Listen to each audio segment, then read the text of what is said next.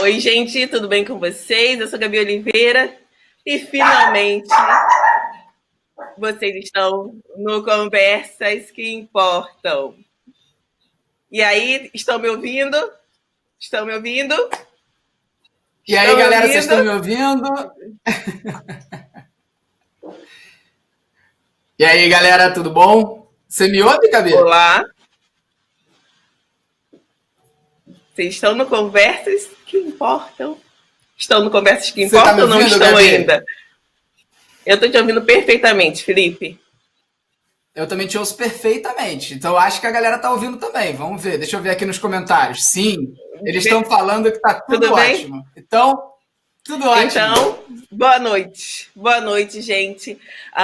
Esse é um projeto do YouTube que visa, né, quer trazer conversas relevantes, conversas que estão em alta no momento e que a gente quer conversar com vocês, quer aprofundar assuntos e, obviamente, como vocês já devem ter visto no título, hoje nós vamos falar sobre racismo, seus efeitos e como combatê-lo. Estou com o Felipe Neto aqui, essa presença que as pessoas questionaram muito, Felipe. Por que o Felipe Neto? Yuri, tudo bem? Gabi, tudo bem? Mas por que o Felipe? E aí, gente, Bom, não sei se vocês sabem, mas a gente vive numa sociedade, né? E aí, assim, não sei se vocês estão isolados, mas eu não estou.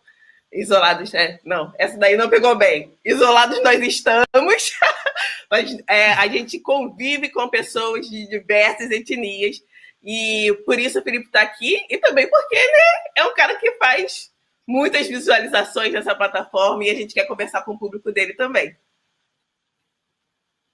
bom, boa noite, galera. Para quem não me conhece, eu sou o Felipe Neto, faço vídeos e eu tô aqui hoje realmente nessa posição mais de ouvinte, de perguntador. Eu tenho muitas perguntas para fazer, tenho muitas coisas que eu também quero aprender, então eu me sinto aqui um participante para dar apoio e para também dar visibilidade para essa live, né? Junto aos 38 milhões de inscritos do canal, eu poder levantar essa bola, eu acho que é muito importante no momento que a gente está vivendo, que pessoas em posição de privilégio cedam cada vez mais espaço e tragam, né, cada vez mais pessoas que durante tanto tempo sofreram e sofrem por milhões de razões, que inclusive a gente vai ouvir mais sobre aqui hoje com a Gabi. O Yuri era para estar aqui com a gente, né, Gabi? Cadê o Yuri? Eu acho que ele está preparando algumas coisas, está preparando algumas coisas especiais para esse momento. Yuri, né?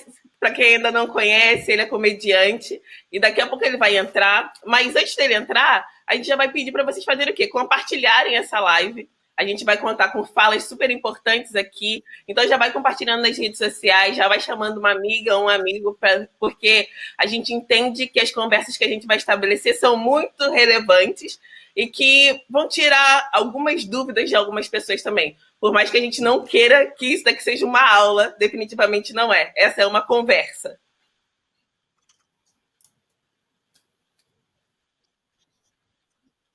Olha, para vocês terem uma ideia, assim, eu como um representante, né, de YouTubers, etc., por toda a minha história, é, é muito icônico a gente falar sobre a presença de pessoas negras dentro do próprio YouTube como plataforma. A Play 9 fez um levantamento que dos 100 canais com mais inscritos dentro do YouTube brasileiro, só 3 desses canais, 3 deles, são de pessoas... E aí vem a minha primeira pergunta, Gabi. Pessoas negras ou pessoas pretas?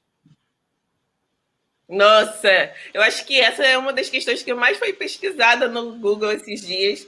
E eu, particularmente, entendo, assim, acho que eu vou adiantar aqui um assunto já.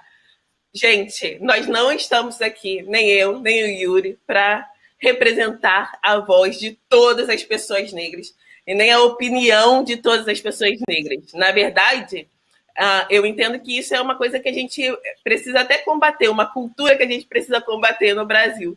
Porque por muito tempo a gente fortaleceu essa ideia do negro único, que era aquela pessoa negra que era chamada para dar opinião final sobre o que era ser negro no Brasil, o que era o certo em relação à questão racial. A gente sim tem que admirar as personalidades que a gente tem e a gente precisa dar voz a essas pessoas. Dar voz, não. Aprendi essa semana que não é dar voz. É abrir espaço para a voz dessas pessoas, porque elas já têm voz, mas a gente não pode deixar que os debates sejam todos aquela coisa da falsa representatividade, né? Você coloca uma pessoa negra lá só para meio que cumprir a cota. Por isso, eu fiquei muito feliz com esse convite do YouTube quando eu percebi que eu não estaria sozinha, porque essa é uma das coisas que acontecem normalmente. Vai fazer uma roda de conversa sobre mulheres. E aí me chamam para ser a mulher negra naquele espaço. Aí, às vezes, tem 4 mulheres brancas e eu tô lá para representar as mulheres negras. E isso traz um peso que, assim, eu tenho certeza que a maior parte das pessoas negras não quer levar, porque você vira o representante de toda essa raça e você precisa fazer tudo certo, porque se você fizer errado, né, você abriu espaço ou perdeu a oportunidade. Te demos a oportunidade e você falhou, então todas as pessoas negras não merecem mais oportunidade. E aí, Felipe, a gente até conversou sobre isso, né, em relação à live, que a gente vai tocar nesse assunto. E Yuri, com certeza, vai tocar mais profundamente, vai brincar com isso. Mas a gente conversou sobre essa possibilidade de homens brancos poderem errar, porque aconteceu um probleminha na live da primeira vez, e aí a gente estava conversando. O que acontece nessa estrutura? O que aconteceria? Quais os comentários que a gente receberia se, por exemplo, toda a equipe, toda a produção fosse negra e aí essa oportunidade tivesse sido dada, entre aspas. Ontem, nós muito provavelmente ouviríamos coisas como: tá vendo? A gente deu oportunidade para eles e eles erraram. Será que vale a pena deixar de novo, dar outra oportunidade? Isso não acontece com pessoas brancas. Isso é bastante verdade, Gabi. Quando vocês levantaram essa bola para mim ontem no grupo de WhatsApp, eu fiquei um pouco impressionado, porque eu falei assim, eu pensei comigo mesmo, né? É incrível como uma pessoa com privilégios, no meu caso, o privilégio, eu tenho praticamente todos os status de privilégio possíveis e imagináveis, né? Branco, homem, hétero, magro, do Sudeste, enfim, eu sou um poço de privilégios, como a gente nem faz ideia dos privilégios que a gente tem. E aqui eu falo justamente com as pessoas brancas que estão assistindo. Porque vocês levantaram uma bola ontem no WhatsApp e você falou, deu tudo errado, né, na live que a gente tentou fazer anteontem. Para quem não sabe, anteontem a gente tentou fazer a live, não deu certo por problemas técnicos, a gente cancelou e está refazendo agora. E aí a Gabi veio no grupo e falou assim, se a equipe fosse toda negra, todas as pessoas fossem representantes do movimento negro, eles iriam questionar, iriam bater na tecla de que deram oportunidade pra gente, a gente fez tudo errado, que a gente fez isso e aquilo. Eu fiquei pensando, a primeira reação, sabe qual foi, Gabi? De eu pensar assim, será? E aí eu parei e falei, caramba, sério que eu tô questionando ela falar isso? É sério que passou isso pela minha cabeça, o será? É mais uma vez a gente na posição de privilégio, ouvindo uma pessoa negra falar sobre uma realidade dela, e a primeira reação que a gente tem é, será? Vai! É impressionante como a gente sempre faz isso. Né? O branco sempre faz isso. E aí, Yuri? Olha quem apareceu. No meio que ele entra assim, ele é desse. Gente, eu perdi os últimos segundinhos do que vocês estavam conversando, então às vezes era uma parada super séria e eu entrei dançando. Se era uma parada muito séria, desculpa, mas eu vi o Felipe Neto fazendo assim e falei, isso não pode ser muito sério. Então, cheguei, é isso. Como é que estamos? Isso. Comigo, Gabi, e aí, se apresenta, Yuri, se apresenta. Gente, desculpa o atraso, tava... enfim, não vou falar o que eu tava fazendo. Brincadeira, a gente teve só um detalhezinho aqui para corrigir, deu tudo certo. Eu sou Yuri Marçal, sou comediante, sou carioca, sou pai, vim aqui trocar essa ideia com vocês, falar algumas coisas, deixar o papo um pouco divertido também. Agradeço aí ao espaço aí ao YouTube, espero que hoje já tá dando, né? Tô vendo aqui que tá legal, tava acompanhando os comentários também, tá dando tudo certo. Gabi, maravilhosa, Gabi Oliveira, sou seu fã, Felipe Nelson também, obrigada. Te adoro, meu lindo. E vamos que vamos. Vamos que vamos. E aí, onde nos encontramos nesse momento? Como é que estamos no papo? Para eu me inteirar aqui legal. A gente estava falando daquela coisa que a gente comentou no WhatsApp sobre o privilégio branco de poder errar, sabe? De não levar o peso da raça. É isso, a gente chama de peso da raça. Tem um episódio de uma série que eu gosto, e aí... não sei se posso falar o nome, né? YouTube tá liberado, How to Get Away, com a Viola Davis. E aí... Maravilhosa, e aí, série, maravilhosa. Em uma cena, ela tá representando um cliente, e aí esse cliente fala assim com ela. Ela tá perdendo o caso, e aí esse cliente vira e fala para ela assim: então, os meus advogados falaram para mim que eu precisava contratar uma pessoa como você para sensibilizar o júri. E você está perdendo o caso. Então, entenda que se você perder, você vai estar fechando a porta para todos os seus. Você tem noção que peso é esse? Assim? Às vezes, quando a gente fala, quando a gente vê pessoas negras, né, na televisão, na publicidade, etc., ou até aqui no YouTube, a gente, principalmente pessoas brancas, não refletem sobre isso, né? Sobre o quão pesado é essa coisa do ser o representante, ser a primeira, a gente gosta, obviamente, a gente quer estar em todos os espaços, mas isso não é tão simples assim. Mas vamos continuar a conversa aí. Eu tava falando para ela o como, desculpa até te interromper, o como na posição do branco a gente não faz a mínima ideia do que é o privilégio branco, né? Porque quando você está nessa posição, a gente se acostuma desde pequeno a lidar com a nossa realidade, ao ponto de que a gente não questiona essa realidade, né? O famoso papo do você não sabe o que é entrar num supermercado e alguém ficar de olho se você vai roubar alguma coisa. A gente ouve esse papo há muitos anos, mas a gente não internaliza esse papo. A gente trata quase como um clichê. É quase como se fosse, tá bom, já ouvi isso várias vezes, já entendi.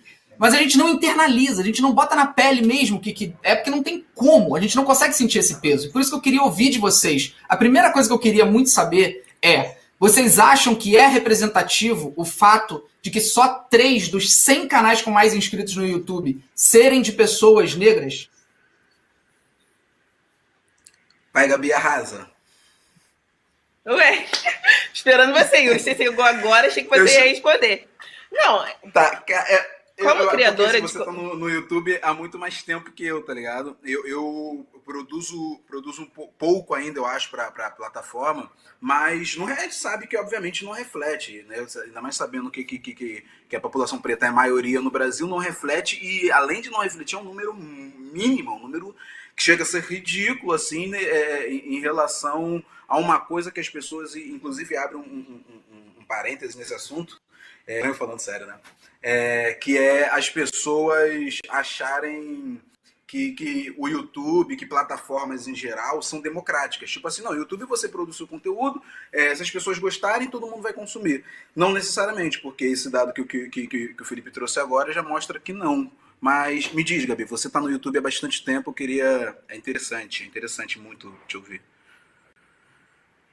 A gente traz esse exemplo do YouTube porque a gente está falando, a gente está aqui na plataforma e tal, mas a gente pode transpor isso para qualquer coisa. Para o meio de comediantes, se a gente fizer uma lista também dos 100 comediantes mais conhecidos no Brasil, provavelmente 3 ou 4, no máximo 5, vão ser pessoas negras. Assim. E aí, eu acho que uma dúvida que surge é: se esse espaço é tão livre, por que então as pessoas elas não entram nessa plataforma ou elas não consomem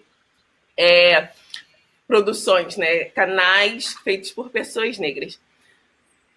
E aí eu acho que a gente pode conversar um pouco sobre esse assunto que tá em alta, que é o racismo estrutural, né? Esse termo que as pessoas estão falando direto a tudo agora, cometi um ato racista, mas racismo estrutural, né, gente? A sociedade é racista, então eu estou reproduzindo racismo e é assim mesmo. E desde já eu quero pontuar que o fato de realmente o racismo estruturar a nossa sociedade não impede que ninguém seja responsabilizado por um ato de racismo. Ok? A gente já vai partir disso, assim. Tudo bem, as pessoas podem reproduzir, e aí a gente entra também na questão do racismo individual, que muitas vezes é muito mais a gente combater, porque tem casos que ganham a grande mídia, né, e que a gente pensa, tudo bem,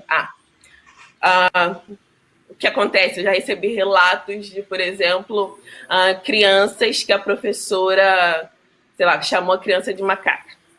Vamos dizer assim. Esse é um exemplo, tipo, eu trouxe um exemplo bem, bem gigantesco que choca, porque aí é muito fácil para você se indignar com isso, que é o racismo individual e tá na cara. Mas e quando a gente pensa no racismo das instituições, por exemplo? Por que a gente não pensa como essa escola estrutura o conteúdo que vai ser entregue para as crianças? Vai ter conteúdo que vai falar sobre a cultura negra ou não? Porque isso faz parte da instituição. Como aquela escola pensa na contratação de profissionais, de professores negros para fazerem parte da educação daquelas crianças? Então, às vezes, ok, você vai conseguir responsabilizar a professora que falou aquilo e ela vai ser demitida. Mas você não dá o passo seguinte, que é pensar como aquela estrutura institucional favoreceu o ato daquela professora. Você consegue entender? Estão me ouvindo? Lógico. Estão tão quietos. Sim, calma. Você está dando aula. Não, tá. É isso. Não, é que vocês estão parados. Eu tenho uma dúvida. Travou. Eu tenho uma pergunta que eu queria fazer para o Yuri, que eu acho que talvez seja uma curiosidade de muita gente do Brasil inteiro.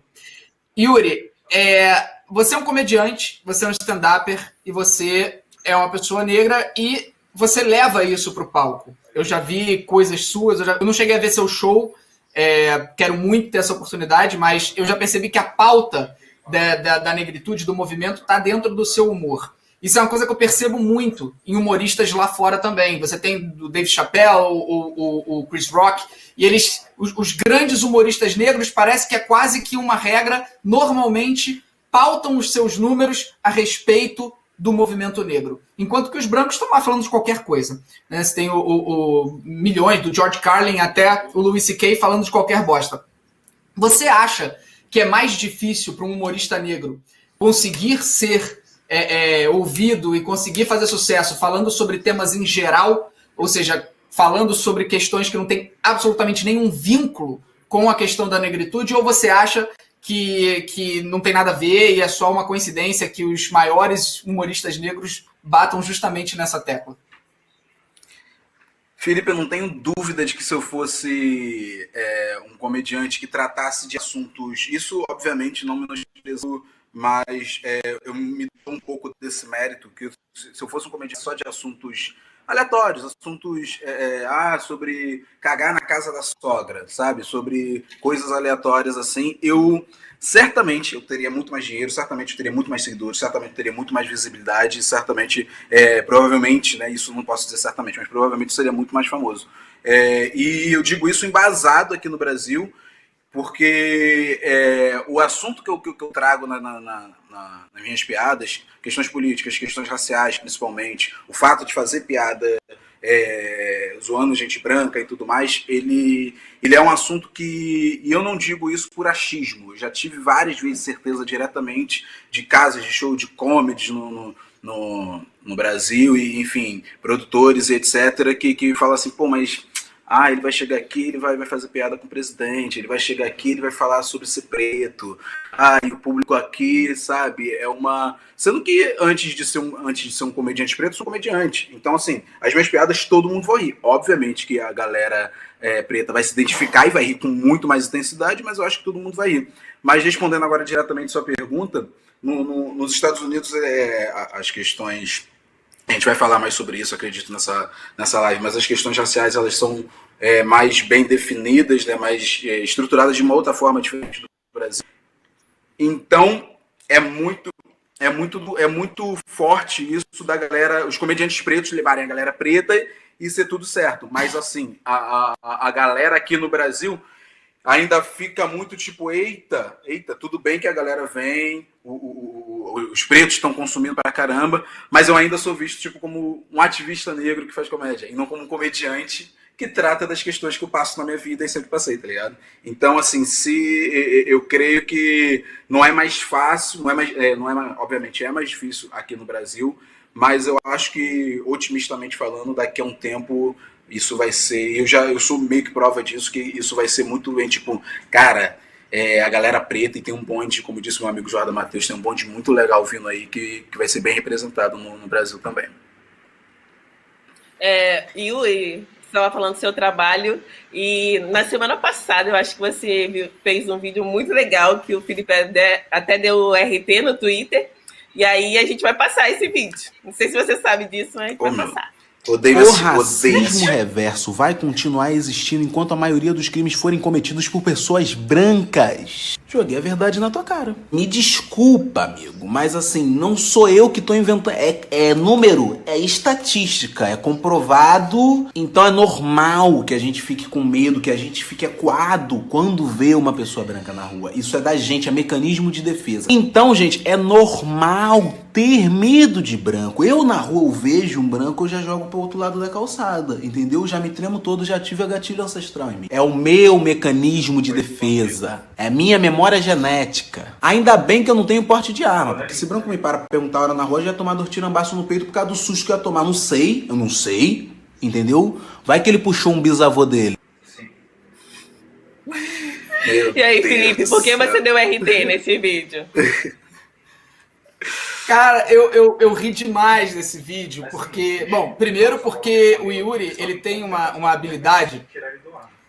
Ele tem uma habilidade de conseguir pegar um tema que é extremamente sério, extremamente sensível, e ele transforma em sarcasmo. E é tão mais fácil, às vezes, você conseguir se identificar ali, né? Conseguir identificar o que está querendo ser dito no sarcasmo. Eu choro de rir com isso, porque a gente teve esse caso aí no Instagram, né? Dessa pessoa, que não vale ter o nome mencionado aqui, mas que falou com todas as letras que o racismo ele é algo natural do ser humano, porque a maioria dos crimes seria supostamente cometido por pessoas negras, então é natural a gente ter medo, é natural a gente achar que o negro pode ser um bandido. E aí ele me vem com essa tirada, com essa inversão, com esse lance ainda cutucando o racismo reverso, que para mim é um dos temas também mais delicados que deveriam estar sendo tratados nesse momento, porque a gente tem um crescimento cada vez maior de pessoas brancas. Eu só posso falar pelas pessoas brancas aqui, não sou representante, mas posso falar pelos brancos. Um crescimento cada vez maior de pessoas brancas repetindo essa idiotice de que racismo também acontece com o branco. Essa imbecilidade, essa coisa que vem do resultado da falta de educação básica, da falta de estudo, da falta de instrução, de dizer que não, se você tem uma pessoa negra reagindo com violência ao racismo que ela sofre e, por consequência, né, agredindo verbalmente uma pessoa branca, isso seria racismo reverso. Isso é completamente patético, e ver o Yuri fazer piada com isso é muito bom, porque você consegue mostrar o nível da idiotice da coisa sem necessariamente precisar apontar o dedo, como eu faço muitas das vezes. Aí o Yuri vai lá e ri da pessoa, e a pessoa realmente consegue sentir o impacto daquilo. Então eu acho que foi por isso que eu dei RT, porque realmente eu achei brilhante.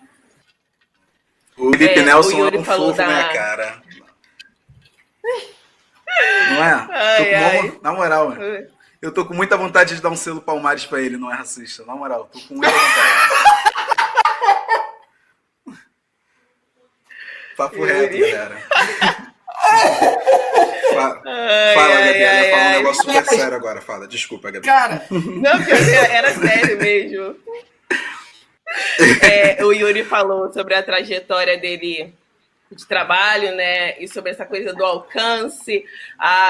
Se eu tivesse uma linguagem, se eu tivesse um outro conteúdo, eu alcançaria mais pessoas. E eu acho que nesse sentido a gente tá bem perto, assim, as ideias se parecem muito. Eu, particularmente, entrei no YouTube em 2015. E uma das coisas que eu estava pensando, por causa da divulgação dessa live, e aí eu estava pensando, né, na trajetória, e eu fiquei pensando, eu cheguei à conclusão, na verdade, que eu nunca me preocupei com qual espaço uma pessoa branca abriria para mim nessa plataforma ou em qualquer outra. Eu sempre me preocupei em qual espaço e como eu abriria diálogos com pessoas negras para que elas entendessem que a vida delas é importante, que elas sim podem buscar, elas devem buscar os direitos delas, né? Então, quando a gente fala do histórico dos Estados Unidos e que tem uma história bem diferente, né? Que a questão da valorização da pessoa negra, ela se estabelece de outra forma, porque aqui a gente teve a miscigenação e por muito tempo a gente acreditou numa democracia racial, onde o racismo teoricamente não existia, porque afinal miscigenamos, somos todos brasileiros e pronto, não existe isso de negro e branco no Brasil. Só que existe, a gente sabe, as relações, a forma como você é tratado, dita em qual grupo você está, né? Se você é visto como uma pessoa branca ou como uma pessoa não branca, porque aqui a gente também precisa incluir os indígenas, e eu vou fazer aqui uma meia-culpa, né? Nessa história toda aqui. A gente recebeu muitas mensagens falando sobre o porquê a gente estava discutindo racismo sem incluir pessoas indígenas, e é verdade, assim, eu acho que como uma pessoa que trabalha com redes sociais e que estudou comunicação na universidade, quando a gente começa a receber uma onda de mensagens que fazem sentido, a gente precisa pedir desculpas e agir, né? Que com desculpa a gente não faz nada. A gente precisa agir também. Eu entrei em contato com o YouTube e falei, gente, como é que é, né? Realmente, nós erramos nesse sentido. Se a gente quer discutir racismo no Brasil, a gente está falando da estrutura, uma estrutura que, desde o primeiro momento, né, dizimou boa parte dos indígenas por conta de racismo, por acreditar numa supremacia branca que não se importava com outras etnias, dizimou boa parte da população negra, tentou matar a nossa cultura também. Então, entrei em contato com o YouTube e eles falaram que eles estão preparando um projeto específico para a população indígena ter voz, já tem voz, mas para a população indígena falar também sobre a trajetória deles e sobre a questão racial no Brasil. E aí agora a gente vai passar um videozinho do professor Silvio Almeida, que... Oi? Já está passando? Que eu sou apaixonada, deixa aqui a minha mensagem, também. E aí ele vai falar um pouco sobre essa questão dos movimentos que estão acontecendo agora. Para entender a diferença do movimento pelos direitos civis e do Black Lives Matter, temos que entender as mudanças na economia americana, na sociedade americana. Pense que o movimento pelos direitos civis, olha a diferença, eles estão pedindo o quê? Direitos civis. Pedir direitos civis, portanto, eles estão pedindo para que as instituições, o Estado, ofereça aos negros aquilo que oferece aos brancos. É uma luta pelo direito, é uma luta por um alargamento da institucionalidade, pelo estado de bem-estar social. Percebe? Você percebe? E qual que é a pauta do Black Lives Matter? Vidas negras importam. Você percebe? Ontem um amigo meu, um colega dos Estados Unidos, com quem eu tive uma conversa muito boa ontem, ele falou o seguinte, que houve um rebaixamento da pauta. Rebaixamento da pauta, não exatamente da pauta da luta, mas houve um rebaixamento das condições de vida. Porque, veja, uma coisa é pedir direitos civis, outra coisa é pedir para que não nos matem. E eles matavam, e eles matavam já lá. Esse vídeo está lá no canal da Gabriela Prioli. Foi uma entrevista que o professor Silvio deu no canal dela, e eu super indico o livro para quem quer começar, né? A gente tem recebido muitas perguntas. Fala aí, Yuri, desde semana passada, eu não sei se aconteceu com você, mas eu comecei a receber uma enxurrada de perguntas do tipo, como eu começo? Onde eu pesquiso? O que eu faço, né? Porque para agir de forma antirracista. E aí, o livro do professor é um que eu indico, o nome é O que é Racismo Estrutural? Então, acho que é um bom início para quem está querendo avançar assim, nesse sentido, nessa conversa. Eu recebi muita coisa, cara. Muita coisa, estou recebendo até hoje. Diga, Felipe Nelson. Está recebendo até hoje? Eu tenho uma dúvida, na verdade, que é a seguinte. Uma coisa que eu acabei de perceber que eu próprio fiz aqui quando eu comecei essa live. Vocês se cansam em algum momento das pessoas olharem para vocês e imediatamente presumirem que por vocês serem negros e terem um grande alcance, vocês representam a luta ou a militância do movimento negro, é uma coisa que cansa. Eu lembro, a gente até citou isso no WhatsApp ontem. Eu assisti ao documentário da Netflix da Chelsea, que eu até esqueci o nome agora do documentário em si, mas eu recomendo todo mundo que Alô, procure lá o documentário da Chelsea. Isso, Alô Privilégio. E ela, uma das primeiras coisas que ela fala, ela é branca, né? Ela reúne várias pessoas negras e uma das primeiras coisas que a gente percebe ali naquele momento é o cansaço daquelas pessoas de o tempo inteiro terem que explicar para as pessoas brancas como não serem racistas. E o quanto elas estão já exaustas de colocarem em cima delas a responsabilidade de instrução. Ou seja, e aí traduzindo isso para os brancos que estão me ouvindo, nós como brancos dominamos completamente, né, a história, massacramos toda a comunidade negra, escravizamos as pessoas negras, torturamos as pessoas negras, em seguida ainda queremos ser vistos como heróis por termos, né, abolido a escravidão, e depois a gente ainda vira, depois de todo o massacre que foi ocorrido, a gente vira para as pessoas negras e fala, então, agora você pode me ensinar como é que eu deixo de ser racista? Como é que vocês se sentem em relação a isso?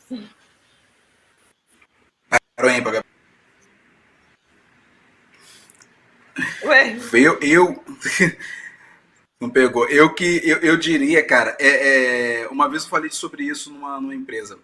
A gente fica muito mais do mesmo, tá ligado? E no final das contas parece que é tudo sobre si, tudo sobre o branco chegar e falar, ai meu, todo branco que eu faço paulista. Ai meu, nossa, ai, como é que eu faço pra ser uma pessoa melhor? Ai, porque eu me sinto culpado, meu, porque é tudo muito difícil, eu quero ser antirracista, mas eu não sei por onde começar. Então, assim, é tudo no final sobre si e tudo como eu posso ser melhor e como eu posso melhorar. E eu acho que é meio doido, porque no final das contas, a gente que tá meio que resolvendo um problema que foi a galera branca que trouxe, tá ligado? Eu não sei como a questão, mas eu obviamente, respondendo diretamente essa pergunta, fico meio, ai, de novo, porra, tem que explicar. Então, hoje em dia eu já vou o irmão pesquisa direto, vai, cara, pesquisa no automático, mas tem essa exaustão de tipo, caralho, é sempre mesmo, vamos falar de qualquer coisa, vamos falar de esporte, vamos falar de TV, vamos falar de coisa. Isso aí você pode achar vários intelectuais, Silvio de Almeida foi o que a gente citou aqui agora, então é meio que isso. É interessante, porque o Yuri falou a palavra culpa, né? E esses dias eu li um texto que falava sobre isso, né? A culpa branca. E aí a autora, depois eu vou deixar nos comentários aqui embaixo, porque eu esqueci de selecionar, mas como o Yuri falou, eu lembrei. E ela falava, a culpa de vocês que trazem na terapia. Entendeu? Eu não quero receber mensagem do ai, descobri que sou racista e agora? O que eu faço? A gente, na minha opinião, é muito mais interessante a gente tratar da responsabilização. O que você vai fazer com a sua responsabilidade diante de uma sociedade que é racista? O que você vai fazer a partir do momento que você descobre que você sim tem privilégios e sim você tem acessos e tem liberdades que pessoas negras não têm? Que aí você vai para um segundo passo, sabe? É igual... E eu acho que ainda vale mais, vou pontuar outra coisa. Esse segundo passo tem que vir antes de você ser exposto. Porque tem gente que só começa a refletir depois que, nossa, rolou um super estardalhaço e essa pessoa foi colocada como racista, foi acusada de cometer um ato racista. Eu vou dar um exemplo pessoal que eu já usei em outro vídeo, mas eu acho que vale a pena. Quando eu iniciei o canal, eu tinha um comprometimento em dar voz, e dar espaço para pessoas LGBTQI+. Porque eu conhecia o meu histórico. Eu conhecia a Gabi que eu tinha sido. E aí, outro dia, isso já tinha canal há um tempo atrás, aí apareceu uma recordação na rede social, e aí o meu post falava assim, tudo bem, casais gays se relacionarem, mas casamento já é demais. E eu tô falando isso porque eu tenho plena consciência. É isso. Eu sabia que eu tinha espaço, que eu estava conquistando um espaço ali e que eu tinha uma reparação a ser feita. Alguém pode falar assim, Gabi, você tá confessando a homofobia. Sim, eu posso ser responsabilizada por isso. E tá tudo certo. Eu fui homofóbica mesmo em certo momento da minha vida, e eu falo isso, e eu sei as atitudes que eu tomei a partir do momento que eu tinha algum espaço a ser aberto para pessoas da comunidade LGBTQ. E o que eu percebo é que as pessoas costumam parar só na culpa. Ou na culpa, ou no reconhecimento do privilégio. Reconheci meu privilégio. Agora, sei que sou branco e sei que sou privilegiado. E é isso. Só segue a vida, entendeu? Realmente, eu percebo isso bastante. Eu mesmo tenho que sempre me policiar para não me permitir cair nesse lugar. Aliás, eu quero avisar pra galera que o Yuri tá reiniciando a internet dele, tá, gente? Por isso que ele deu uma sumida. Ele foi reiniciar a internet para melhorar a conexão. Eu sei que existem, enfim, existem armadilhas aí para as pessoas se conformarem em terem atingido só um determinado degrau em toda a luta, né, para se tornar uma pessoa que combate constantemente os preconceitos. E eu acho que aí, de novo, falando para as pessoas brancas que me assistem, não só as pessoas brancas, mas agora também falando para todas as pessoas que têm algum tipo de preconceito, mesmo que interno, mesmo que não verbalizado, mesmo que pequeno, e para as pessoas que acham que não tem preconceito nenhum. De novo, me colocando na posição de privilegiado. O exercício de combate ao racismo, partindo de mim como uma pessoa branca, ele não pode simplesmente se dar por terminado. Eu não posso simplesmente, não me sinto na posição de poder dizer eu não sou mais uma pessoa racista e eu agora estou do lado certo dessa história. Não é assim que funciona. Eu estou falando de novo com as pessoas brancas. Como a gente sempre tem ouvido falar nos últimos anos, o racismo estrutural, né, o racismo que permeia todas as questões institucionais da sociedade, ele está dentro de você constantemente. Então eu, como pessoa branca, preciso o tempo inteiro me lembrar de que isso existe, como que eu posso combater isso dentro de mim, e como que eu posso evoluir como ser humano, porque essa tentativa de me tornar uma pessoa melhor, ela é constante. Não adianta a gente se colocar numa posição de eu sou demais, eu sou incrível, já reconheci que eu sou branco, agora eu já sei o que eu tenho que fazer. E outra coisa que me irrita também um pouco, e que eu tenho que me controlar também para não fazer, é branco que é biscoito por não ser racista. Você não acha? Acontece demais, Felipe. Acontece demais. E é interessante, quando a gente iniciou essa conversa de como vamos fazer, vamos estruturar essa live, o YouTube entrou em contato e tal, explicou, a gente vai para o canal do Felipe também. Aí eu lembro que eu vi muitos comentários o Felipe vai aparecer como Branco Salvador na live, né? Porque a gente já tem esse histórico, né? A gente é um país que a gente tem a Princesa Isabel como grande ícone de libertação, e onde na escola a gente não estuda, por exemplo, os processos das revoltas negras que aconteceram para que a gente chegasse nesse ponto, né, da libertação da escravidão. Enfim. Mas aí o Felipe, muitas pessoas falaram, mas o Felipe Neto vai estar lá como uma pessoa que abriu espaço. Sim, ele está abrindo espaço, mas a gente precisa identificar outros processos que fizeram ele abrir o espaço. Porque eu vou mencionar um caso seu, Felipe. A gente não conversou sobre isso, mas eu me sinto confortável, espero que você se sinta confortável também nesse sentido. Eu conheci o seu canal, se eu não me engano, através do vídeo que você fez sobre a Lupita sair na capa da People. E aí, por muitos anos, assim, essa foi uma questão que falava Felipe Neto, eu lembrava daquele vídeo, porque, afinal de contas, foi a primeira vez que uma mulher mais parecida comigo foi considerada a mulher mais linda do mundo. E eu estava muito feliz até alguém enviar o seu vídeo. E aí eu fiquei pensando, quando as pessoas começaram a falar assim, mas é o Felipe vai abrir espaço e etc.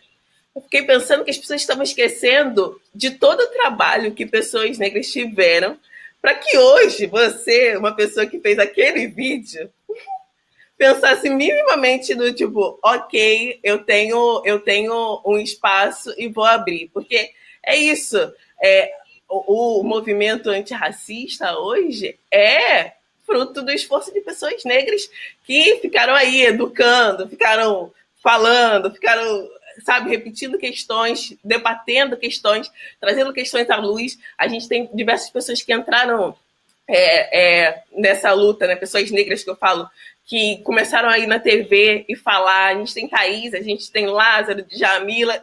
Essas pessoas, sabe, receberam espaço e começaram a conversar. E por isso que o movimento começa a ficar tão grande, né? Eu até queria pegar esse gancho, Gabi, porque você foi muito corajosa em falar sobre esse seu post a respeito do casamento entre pessoas do mesmo sexo, gênero, enfim, até eu me perco um pouco nas nomenclaturas. E eu vou pegar um pouco o gancho disso para falar, porque eu também tenho, né, vários esqueletos dentro do meu armário em relação a isso no passado. E também foi em função desses erros que eu cometi que eu passei a estudar e começar a me importar com os assuntos, né? O que é uma pena, que a gente tenha que errar, que a gente tenha que cometer atrocidades, porque para mim esse vídeo que eu fiz foi uma atrocidade, ele não é nem só um erro, nossa, eu não tenho nem palavras para descrever o que aconteceu nesse vídeo, e eu era daquela turma que achava que se uma pessoa negra xinga uma pessoa branca é racismo reverso, eu achava que isso existia, enfim, também tinha raízes mais homofóbicas. Então, assim como eu tenho vídeos no passado chamando Justin Bieber de viadinho, ou sacaneando as bandas coloridas, né, com tons pejorativos, indicando homossexualidade como algo negativo, eu tive também essa história não só do vídeo da Lupita, onde, para quem não sabe, foi um vídeo trágico, onde eu falei que era um absurdo a Lupita ganhar o prêmio de mulher mais sexy do mundo, porque claramente ela só tinha recebido o prêmio por ser uma mulher negra, para poder lacrar, etc. Sim, eu reproduzi esse discurso muitos anos atrás, justamente porque eu era uma pessoa de cabeça bem diferente. E eu também fiz um vídeo na parafernália, que eu me envergonho muito. Foi um vídeo que eu atuo no vídeo, faço um personagem de um vendedor de uma loja de fantasias, onde chega um cara negro e ele quer ir fantasiado, quer ir numa festa fantasias, e ele fala, eu quero ir como o Neo do Matrix. E aí o vendedor fala, não, peraí, aí não tem nada a ver. Assim, boçalmente racista o vendedor. E eu me arrependo muito desse vídeo também, porque é a comédia em cima do cara achando engraçado o negro querer ir como um personagem que é retratado como branco na ficção. Então todas essas coisas eu cometi esses erros, eles serviram também para que eu aprendesse, para que eu descobrisse determinadas verdades, sentasse e começasse a ouvir as pessoas e entender por que eu tinha errado, né? Onde é que está meu erro aqui? E aí é que eu falo. Uma coisa é a gente cometer esse erro absurdo. Foi exatamente o que você falou, Gabi. Uma coisa é eu chegar e cometer um erro absurdo, que é o vídeo da Lupita. E aí eu corrigir esse erro e ficar na posição de, beleza, corrigi esse erro. Sou um antirracista. Só que não é, porque, como eu falei, eu pensei algo racista ontem. Quando você escreveu... Anteontem, desculpa. Quando você escreveu a mensagem no grupo do WhatsApp, falando que se a live deu tudo errado, que se a live tivesse sido protagonizada e feita toda por pessoas negras, a cobrança seria muito maior, eu me vi pensando instintivamente, será que é isso mesmo? Será que ela não está exagerando? Isso é um pensamento racista, eu tô descredibilizando um relato seu que eu não tenho a mínima condição de questionar. E é óbvio que foi um pensamento inconsciente. E quando eu trouxe para o consciente, eu falei, bom, cala a boca, você está sendo um imbecil por questionar isso. Então, as pessoas têm que começar a reparar exatamente isso, que não é só nos grandes erros que a gente tem que ser antirracista, é nos pequenos pensamentos, a gente tem que lutar contra isso o tempo inteiro. Pelo menos eu tento me policiar ao máximo. E, de novo, não quero biscoito por causa disso. Não quero que ninguém, olha como é que o Felipe Neto é sensato, olha só como é que ele é isso, como é que ele é aquilo. Esse é o básico, do mínimo que qualquer ser humano tem que fazer. Então, os antirracistas não deveriam ser alçados à posição de destaque ou congratulações. Eles devem ser vistos como básico, como mínimo. Eu costumo falar que porque você falou dessa coisa do inconsciente e tal. E aí eu costumo sempre falar que contra o viés inconsciente, a gente precisa de ações conscientes. Então, tudo bem, veio o pensamento. Como eu vou tomar ações contra isso? Veio uma situação, um dos relatos que a gente recebe muito de pessoas negras é em relação a essa coisa de entrevista de emprego, né? A instituição, normalmente, pelo racismo ser estrutural, as instituições elas são racistas e nesses processos seletivos esse racismo ele se apresenta, né? E aí eu fico pensando como essa pessoa de RH que sim, tudo bem, racismo estrutural mexeu no meu viés inconsciente, tudo bem, você já sabe disso. Agora, como você vai agir nas próximas entrevistas? Como você vai pensar de forma consciente que você não pode discriminar uma pessoa negra por ela ser uma pessoa negra? Ou você não pode discriminar uma pessoa indígena, você não pode preconceber, você não pode ter preconceitos sobre aquela pessoa somente porque ela é uma pessoa negra, ou uma pessoa indígena, ou uma pessoa asiática. Entende? Então você precisa de ações, você precisa de estratégias. Como que eu vou traçar? E aí a gente entra numa outra questão, né? A gente avançou um pouco, mas eu acho que é importante a gente pontuar por que a gente ainda fala de raça, porque esse é um discurso que essa é uma coisa que muitas pessoas ainda têm dúvida, né? Porque quando a gente fala, porque pessoa negra, pessoa branca, as frases que a gente escuta são sempre o quê? Não existe isso, coisa de raça. Somos todos raça humana. Tem gente que gosta de botar aquela frase do Bob Marley também. Ai, gente, aquela frase que todo mundo gosta de compartilhar. Esqueci agora qual é. Os olhos. Enquanto a cor dos olhos for mais importante do que o brilho do não sei o quê, haverá guerra. E aí as pessoas compartilham isso e você pensa, nossa, essa é uma pessoa comprometida, né? Ela é uma pessoa que realmente não quer ver, transcendeu, já não vê mais nada, já não vê mais raça. Só que essa mesma pessoa que está fazendo um discurso que não é errado, obviamente todo mundo quer viver numa sociedade sem preconceitos, né? Então, nem todo mundo, na verdade. Algumas pessoas, a maioria das pessoas, eu acho que pensa que é bom a gente viver na sociedade sem preconceitos, mas esse discurso, apesar de ser ok, correto, somos todos humanos mesmo, biologicamente, a gente sabe que socialmente as raças ainda existem e as pessoas são tratadas de acordo com as suas etnias.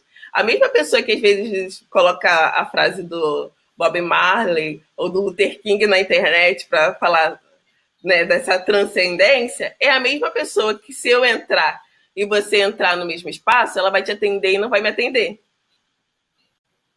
Então, a gente precisa entender que alguns discursos, por mais que eles sejam certos, eles podem ser usados como forma de silenciamento, por mais que eles estejam floreados com uma mensagem bonita. E isso acontece muitas vezes. As pessoas falam essas frases, mas elas não tomam nenhuma postura realmente de combate ao racismo, para a gente chegar nessa sociedade onde as pessoas não veem mais cor. Porque agora, nesse momento aqui, a gente vê cor sim, e você sabe disso, você que escreve essas coisas.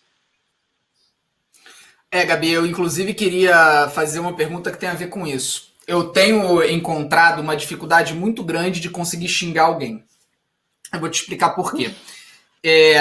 A linguagem, isso eu estudei um pouquinho para tentar me situar. A linguagem de qualquer cultura, ela é construída ao longo, né, dos séculos e ela carrega dentro de si tudo que aquela cultura foi preservando ao longo dos séculos. E isso inclui os preconceitos.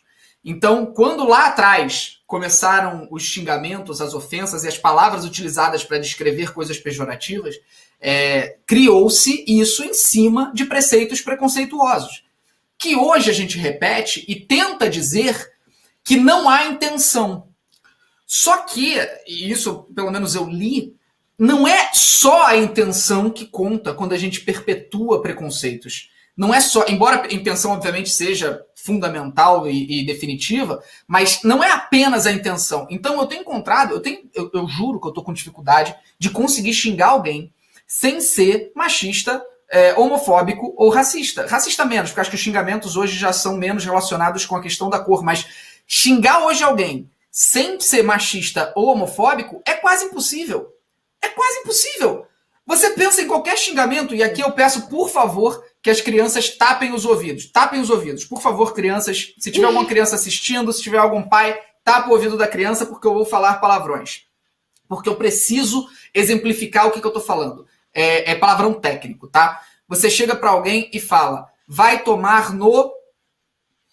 O que é isso, se não a pejoratificação, que não é uma palavra que existe, mas você transformar em algo negativo o ato, né, do sexo anal.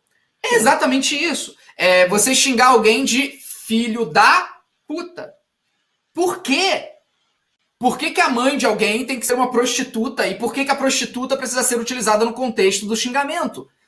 Então, é sempre na perpetuação do preconceito. E eu queria entender, agora já passando para a parte racial, como que vocês enxergam, como você enxerga, você não fala o nome das outras pessoas, mas como você enxerga, você, Gabi, alguns termos. Por exemplo, a gente tem o termo denegrir, que muita gente, durante bastante tempo, falava, não, nada a ver, aí o Yuri voltou, aí... Uhul! Ressuscitaram o Yuri. Nelson, um segundo. Vou até botar o outro fone aqui. Pô, eu apareci 3 vezes na live, 3 vezes falando mal do YouTube, nunca mais vou ser chamado. O YouTube... deixou cair uma live no YouTube. Eu tô achando isso incrível. Maravilhoso. Deixou cair a minha parte no YouTube. Deixou cair a live dentro do YouTube. Eu tô achando incrível isso. Aí perdi a Gabi dando um apavoro no Felipe Nelson com a Lupita, que eu tava doido pra estar aqui também, pra ir na cara dele, dando na cara dele. Perdi, que eu acho Lupita maravilhosa desde tempos. Fiquei ofendidíssimo na época desse vídeo. E aí perdi, agora não posso dar a zoada nele, não posso dar o esporro aqui, porque o assunto já passou, vai parecer só implicância da minha parte. Aí é foda, né, Yuri? Pode sim, Yuri, pode sim, porque eu mereço muito. A Gabi já fez bem, já fez até melhor do que ia fazer. Mas não faz mais isso não. Sorrindo, eu sei onde sorrindo. tu mora. Faz mais isso não, que eu sei onde tu mora. Agora, onde... Mas, a galera aqui no meu ponto tá falando, Yuri, fala que o problema não é do YouTube, não, dos operadores. YouTube, o problema é de vocês. Vocês contrataram, tem nada a ver com isso. Brincadeira, galera. Onde paramos? Me orienta aí. Então, só para finalizar, tá finalizando uma pergunta para Gabi, que era relacionada aos termos que são utilizados até hoje. Então, só para finalizar, tem o denegrir, que é utilizado para algo ser negativo, seria denegrir, seria transformar em negro, né? Numa tradução literal. Denegrir. Você tem também e aí eu queria muito saber de vocês sobre o mulato, ou mulata, né? O que significa, se carrega preconceito, se não carrega. E se tem algum outro termo que vocês acham que hoje em dia a gente precisa começar. Criado mudo também é outro que recentemente foi também colocado em xeque, o criado mudo. Eu queria saber de vocês, assim, o que vocês pensam a respeito desses termos, se eles trazem e carregam preconceito, se eles têm reflexo, têm resultado na sociedade. O que vocês pensam a respeito? Tem muitos termos que eu mesmo estou aprendendo ainda, alguns que a galera vem passar. O doméstica foi um recente que eu soube tem pouco tempo, criado mudo também foi um recente que eu soube pouco tempo, então tô entendendo ainda. A Gabi com certeza deve saber melhor. E teve um que eu ouvi recentemente também que eu ainda não sei exatamente a estrutura da história, que é um termo que aqui no Rio fala muito, não sei se no resto do Brasil fala, nos outros lugares do Brasil fala, que é fazer nas coxas. Fazer algo mal feito é fazer nas coxas, que tem uma origem também da época da escravidão. Eu não sei exatamente qual, mas eu soube que não é legal falar. Você sabe, Gabi? Então, de novo, a gente vai cair na questão do racismo estrutural e estruturante. Estruturou nossa sociedade toda, inclusive a nossa linguagem, né? Porque a nossa linguagem reflete esse racismo, o machismo, o patriarcado e etc. E aí, concordo com o Yuri, tem coisas que eu tô aprendendo agora também, que a gente vai falando, vai naturalizando essas falas e vai achando normal. Mulata, eu já sei há bastante tempo, porque na época da universidade eu comecei a pesquisar sobre questões raciais dentro da universidade, então eu já tive contato com esse conceito de que, ok, essa linguagem a gente precisa retirar. Criado mudo, não fazia ideia, nunca tinha refletido sobre, e aí esses dias veio essa onda de falar, vocês sabem por quê? E sim, eu acho importante a gente mudar a nossa linguagem, eu acho significativo. Você falou do preto e do negro, eu acho que eu não te respondi, o Felipe Neto, porque esse eu acho que foi um dos vídeos mais pesquisados, mais acessados nesses últimos dias, porque as pessoas começaram a perguntar, falo preto ou falo negro? Nos Estados Unidos... Gente, peraí, só um segundo. A minha tela vai ficar toda preta, mas é porque eu preciso trocar minha bateria, mas eu tô ouvindo vocês, tá? Eu já volto, minha tela vai ficar toda preta aqui, mas é só troca da bateria. Pode continuar, desculpa. Beleza. Ok. Podia ficar assim a live toda, não acha não? Não acha não? Ele tá ouvindo ainda, né? Ele tá ouvindo. Brincadeira, filho. Brincadeira. Fala, Gabi, fala. Brincadeira, filho. Mas existe essa convenção nos Estados Unidos. Caralho, olha que configuração incrível. Desculpa, Gabi, te interromper de novo. Mas tá lindo, gente. Aproveita pra brincar. Voltou, acabou. Bom, fala.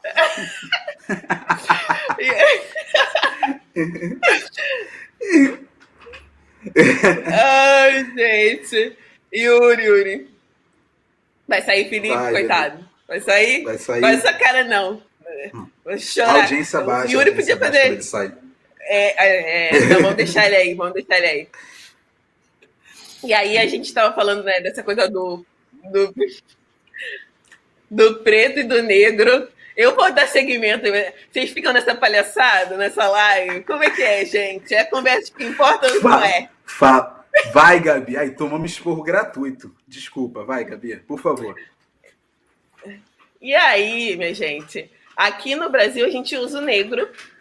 E teve uma época que a gente tentaram emplacar o afrodescendente, porque não podia falar nem negro nem preto, tem que ser afrodescendente. Eu me arrepio quando alguém fala afrodescendente, não por não ser afrodescendente, mas normalmente quando... Sabe aquela palavra... A palavra que traz o gatilho, né? Quando a pessoa fala assim, eu não sou homofóbica, mas... Aí você já se engatilha. Quando a pessoa, normalmente, ela usa afrodescendente, é porque vem bomba. Porque ela tá tipo assim, estou usando o termo certo agora pra mostrar alguma coisa. Não, peraí. A gente não vai fingir que isso não aconteceu. Eu não vou deixar vocês fingirem que o nosso diretor apareceu do nada e saiu desesperado. Desculpa, Gabi, me perdoa. Caraca, é uma sacanagem com a nossa âncora, que eu vou te contar. Cara, o JP tá aqui tranquilaço. O bagulho. Puf, câmera nele ali. Galera!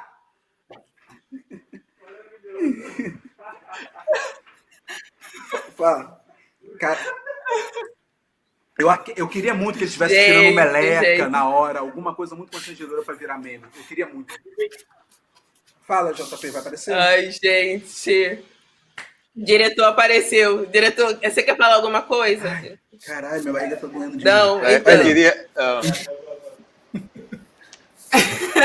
Apareceu de novo.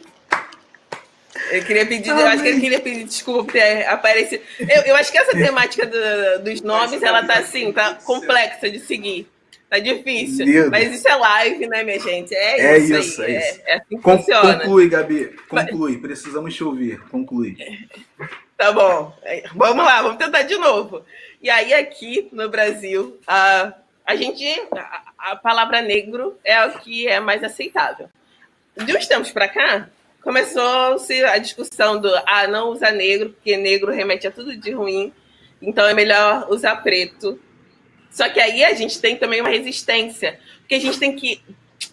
Acho que de tudo que está acontecendo, a gente vai falar sobre as manifestações mais para frente, de tudo que a gente tem que está acontecendo, a gente precisa olhar para o cenário brasileiro. Assim, quando a gente olha as manifestações, por exemplo, dos Estados Unidos, e aí algumas pessoas começam a falar coisas do tipo: por que os negros brasileiros não se revoltam? Ou por que os negros brasileiros não se mobilizam? Pessoas que falam isso, elas estão totalmente fora da casinha, elas não pesquisaram, elas não buscaram entender a história dos movimentos negros no Brasil. Porque sim, os movimentos negros do Brasil têm história e as pessoas lutaram e lutam muito. Às vezes por outras vias também, sim. Às vezes pela via institucional, por exemplo. A gente teve várias aberturas, por exemplo, a aprovação de lei de cotas foi uma luta dos movimentos negros e a gente tem que agradecer isso sempre, porque isso mudou o cenário do Brasil. Posso falar de cotas? Posso emendar isso aqui? Que eu acho que é um bom assunto também para quem está nessa conversa. Quando a gente fala de cotas raciais, né, que é uma das categorias que a gente tem no Brasil, porque quando a gente fala de cotas raciais, as pessoas esquecem que existem outras cotas. A primeira coisa que as pessoas levantam mas e o branco pobre? Então, o branco pobre, muito provavelmente, ele estuda em escola pública, e você tem cota de escola pública. Então, você pode se habilitar a esse tipo de cota. E aí, quando a gente fala de cotas raciais, a gente fala, sim, sobre aquela questão da reparação histórica, né? O Estado brasileiro, estruturalmente racista, e como instituição, fortaleceu o racismo, não só no período da escravidão, mas depois da escravidão também, com leis muito específicas, porque no Rio de Janeiro, por exemplo, a gente tinha uma lei que impedia pessoas com lepra de acessarem a escola. E aí, qual era a maior parte dessas pessoas que tinham esse problema? Porque eram população de rua e população, né, mais vulnerável. Eram pessoas negras. Então, as pessoas falam, nos Estados Unidos a gente teve segregação e aqui no Brasil não. Se você é uma pessoa branca de classe média e estudou numa escola um pouco mais cara, ou você conviveu com um negro ou você não conviveu com negros. Você sabe disso. Então, assim, não teve a segregação institucional, mas a social existe. Então, as cotas, para além dessa reparação histórica, ela busca mudar o imaginário sobre a pessoa negra também, hoje. Porque a gente precisa de pessoas negras em diversos espaços para que o imaginário, né, sobre aquele imaginário que a gente trouxe da racista e que tentou usar as estatísticas não verdadeiras para falar que pessoas negras são as que mais o racismo acontece porque pessoas negras são as que mais assaltam. Quando a gente sabe que quando pessoa branca assalta, sai como na matéria como jovem, sem foto, né? E aí, quando é uma pessoa negra, a gente vê nesses programas sensacionalistas sendo preso, etc. Então, a gente fala de mudança de imaginário também. Eu quero que uma criança negra que sabe que eu entrei na universidade e fiz comunicação e hoje estou no YouTube, ela possa olhar para mim e falar assim, caramba, esse espaço também é um espaço que eu posso entrar e que eu quero entrar e que eu vou ocupar também, porque também me pertence. Se pertenceu a Gabi, também me pertence. Então, o esforço das cotas vem nesse sentido também. Pensa no Brasil há 10 anos atrás e pensa no Brasil hoje, gente. É muito fácil você olhar como algumas mudanças, sim, elas aconteceram. Eu não sou uma pessoa muito otimista, mas se a gente olhar, se você vê a minha figura, você vê a do Felipe, você vê tantas outras pessoas negras tendo espaço para sua voz, porque a gente está buscando mudar esse imaginário e mostrando que a gente pode sim ocupar todos os espaços. Então, sim, cotas raciais são uma medida emergencial, com tempo determinado, e que são sim são muito necessários nesse momento, né? No Brasil, no país que é estruturalmente racista. Não sei porque eu entrei nesse assunto das cotas, nem lembro mais o que a gente estava falando, mas é porque eu aproveitei o espaço, vou emendar logo tudo, vou falar. É isso. Eu adoro te ouvir. Muito bom, muito bom, muito bom. Eu fico pensando assim, como essas discussões são discussões que às vezes a gente não consegue ter, a gente não consegue transpor, né? É muito difícil romper as bolhas hoje em dia, né? É muito difícil você conseguir. E eu não falo de conscientização necessariamente das pessoas brancas, eu falo de conscientização das pessoas negras também no Brasil, porque a gente precisa falar sobre isso. Quando a gente fala das manifestações, a gente vai passar alguns takes delas aqui para vocês. Eu entendo que essas manifestações elas aconteceriam independente da colaboração de pessoas brancas. Com certeza elas aconteceriam, porque se você tem pessoas negras mais conscientes, elas vão buscar, elas vão lutar por mudanças. E elas são reflexos, né? A gente tem aqui, tenho medo da Covid, mas luto contra o racismo e genocídio. A gente está num momento histórico onde a gente está, assim, reportando a questão racial. Muita gente tem essa dúvida do tipo, por que vocês estão falando sobre questão racial no meio de uma pandemia? Porque isso também é urgente. A população negra nos Estados Unidos e no Brasil é a mais atingida pelo Covid também. Então, se você fala que você é antirracista e não está preocupado sobre como a gente está lidando com essa situação, sinto muito, mas seu antirracismo está só na fase 1, porque a forma como a gente está lidando com a pandemia diz muito sobre o nosso racismo, porque a gente sabe quem mais vai morrer. Então, se eu sei que quem mais vai morrer são indígenas e negros, eu não preciso me preocupar com medidas sérias para lidar com a pandemia. E aí o povo vai para a rua, né?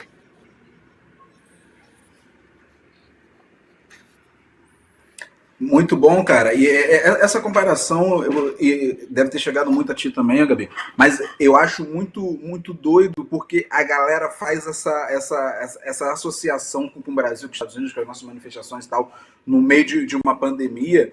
E uma coisa que eu reparei muito é que eu não sei se foi na minha bolha também, que eu tenho uma bolha, principalmente na internet, muito específica. Mas a galera começou, no geral, inclusive as pessoas brancas, começaram a, tipo, eu não digo nem aprovar essa palavra, mas a olhar a coisa das pessoas irem pra rua, de fazer manifestação, de queimar, como aconteceu nos Estados Unidos, queimar a delegacia e virar coisa, de uma forma mais tipo assim, é isso, tem que ser isso mesmo, fogo no racista mesmo. E antes era só visto como vandalismo. Quando acontecia, por exemplo, aconteceu não, como acontece, né? Nas favelas, que morre algum inocente e a favela inteira desce. Você mesma me citou isso de uma forma brilhante, como sempre. A favela inteira desce, queima ônibus e fecha a rua e queima pneu e faz manifestação em cima disso. Todo mundo, pelo menos antes, não sei, e acredito que também uma boa parcela da sociedade subjugava, falava, não, isso é errado, vandalismo, tal. E hoje em dia, a gente viu que, pelo menos, repito, na minha bolha, as manifestações norte-americanas foram vistas de uma forma tipo muito uau, emblemática, nossa, que legal, que eles estão revoltados mesmo, tem que fazer isso mesmo. E pra mim é muito bom, né? Que eu acho que tem que fazer isso mesmo. Eu vou fazer um merchan aqui do meu podcast chamado Afetos, e a gente tem um episódio intitulado Por que Pessoas Negras Não Se Revoltam. Procura aí no Google que você vai achar, e aí a gente traz um pouco desse contexto do sério mesmo que você está fazendo essa comparação? Sério mesmo que as pessoas negras aqui não estão se revoltando? Então, assim, fica aí a dica. E me mandaram uma mensagem aqui, por isso que eu parei para olhar para o celular. Aqui, ó, eu vou ler para vocês, tá bom? A mensagem que me mandaram. A equipe do YouTube me... não, calma aí. Essa parte aqui não, calma aí. Tá bom. E a Expo YouTube fala. A equipe do YouTube me pediu. O YouTube me pediu para avisar vocês, né, a equipe deles, que além dos esforços globais que estão sendo feitos pela empresa em apoio e solidariedade a movimentos contra a desigualdade racial, no Brasil, o YouTube irá fazer uma doação de 1 milhão para organizações que estão liderando a luta de comunidades negras contra o Covid-19. Gosto de falar de dinheiro, 1 milhão. Sabemos que essas comunidades são as que têm menos acesso à prevenção e tratamento de qualidade, por isso esse apoio ganha ainda mais importância. Valeu, YouTube, é isso, Oi, tô né? de boa, muito Ser um boa, esforço muito boa. antirracista também, né? Pessoal, aí, É vamos isso. movimentar dinheiro, né? É E isso. isso é importante também. Não é só reconhecer, É reconheci aqui meu privilégio.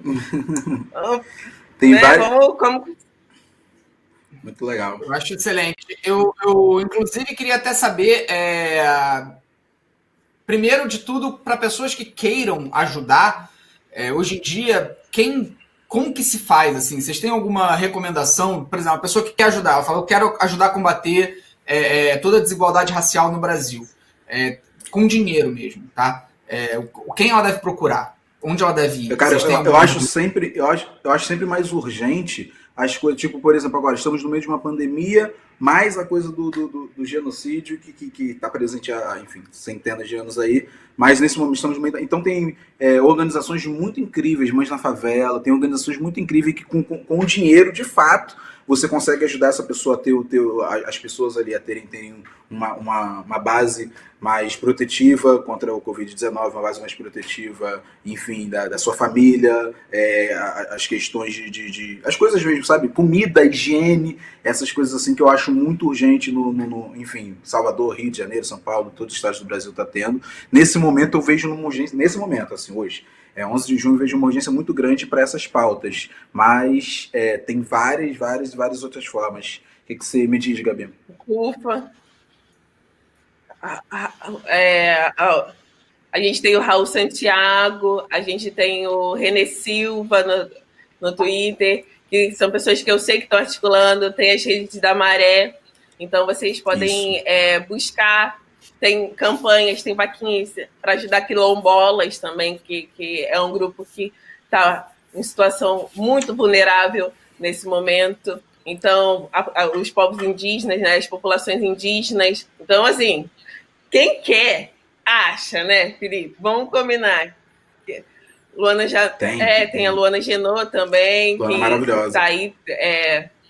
Então, assim, a gente sabe que quem quer buscar, assim, a gente acha assim, eu vou deixar nos comentários, naquele comentário fixado aqui na live, assim que a live subir, a live vai ficar salva aqui no canal. Eu vou deixar uns links aqui para vocês acessarem algumas vaquinhas, para vocês colaborarem. Pode ser? Fechou assim? Combinado? Boa. Aproveitar e fazer um parênteses aqui, fazer um merchan que não é um merchan, né?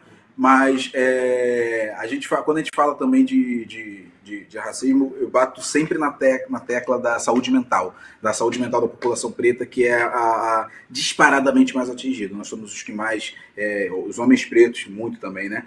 Somos os que mais cometem suicídios, que mais têm problemas, né, transtornos mentais, doenças psicológicas, ansiedade, borderline, depressão. Somos os que mais evadem as escolas, moradores em situação, né, de rua e todas essas questões com alcoolismo, com drogas, etc.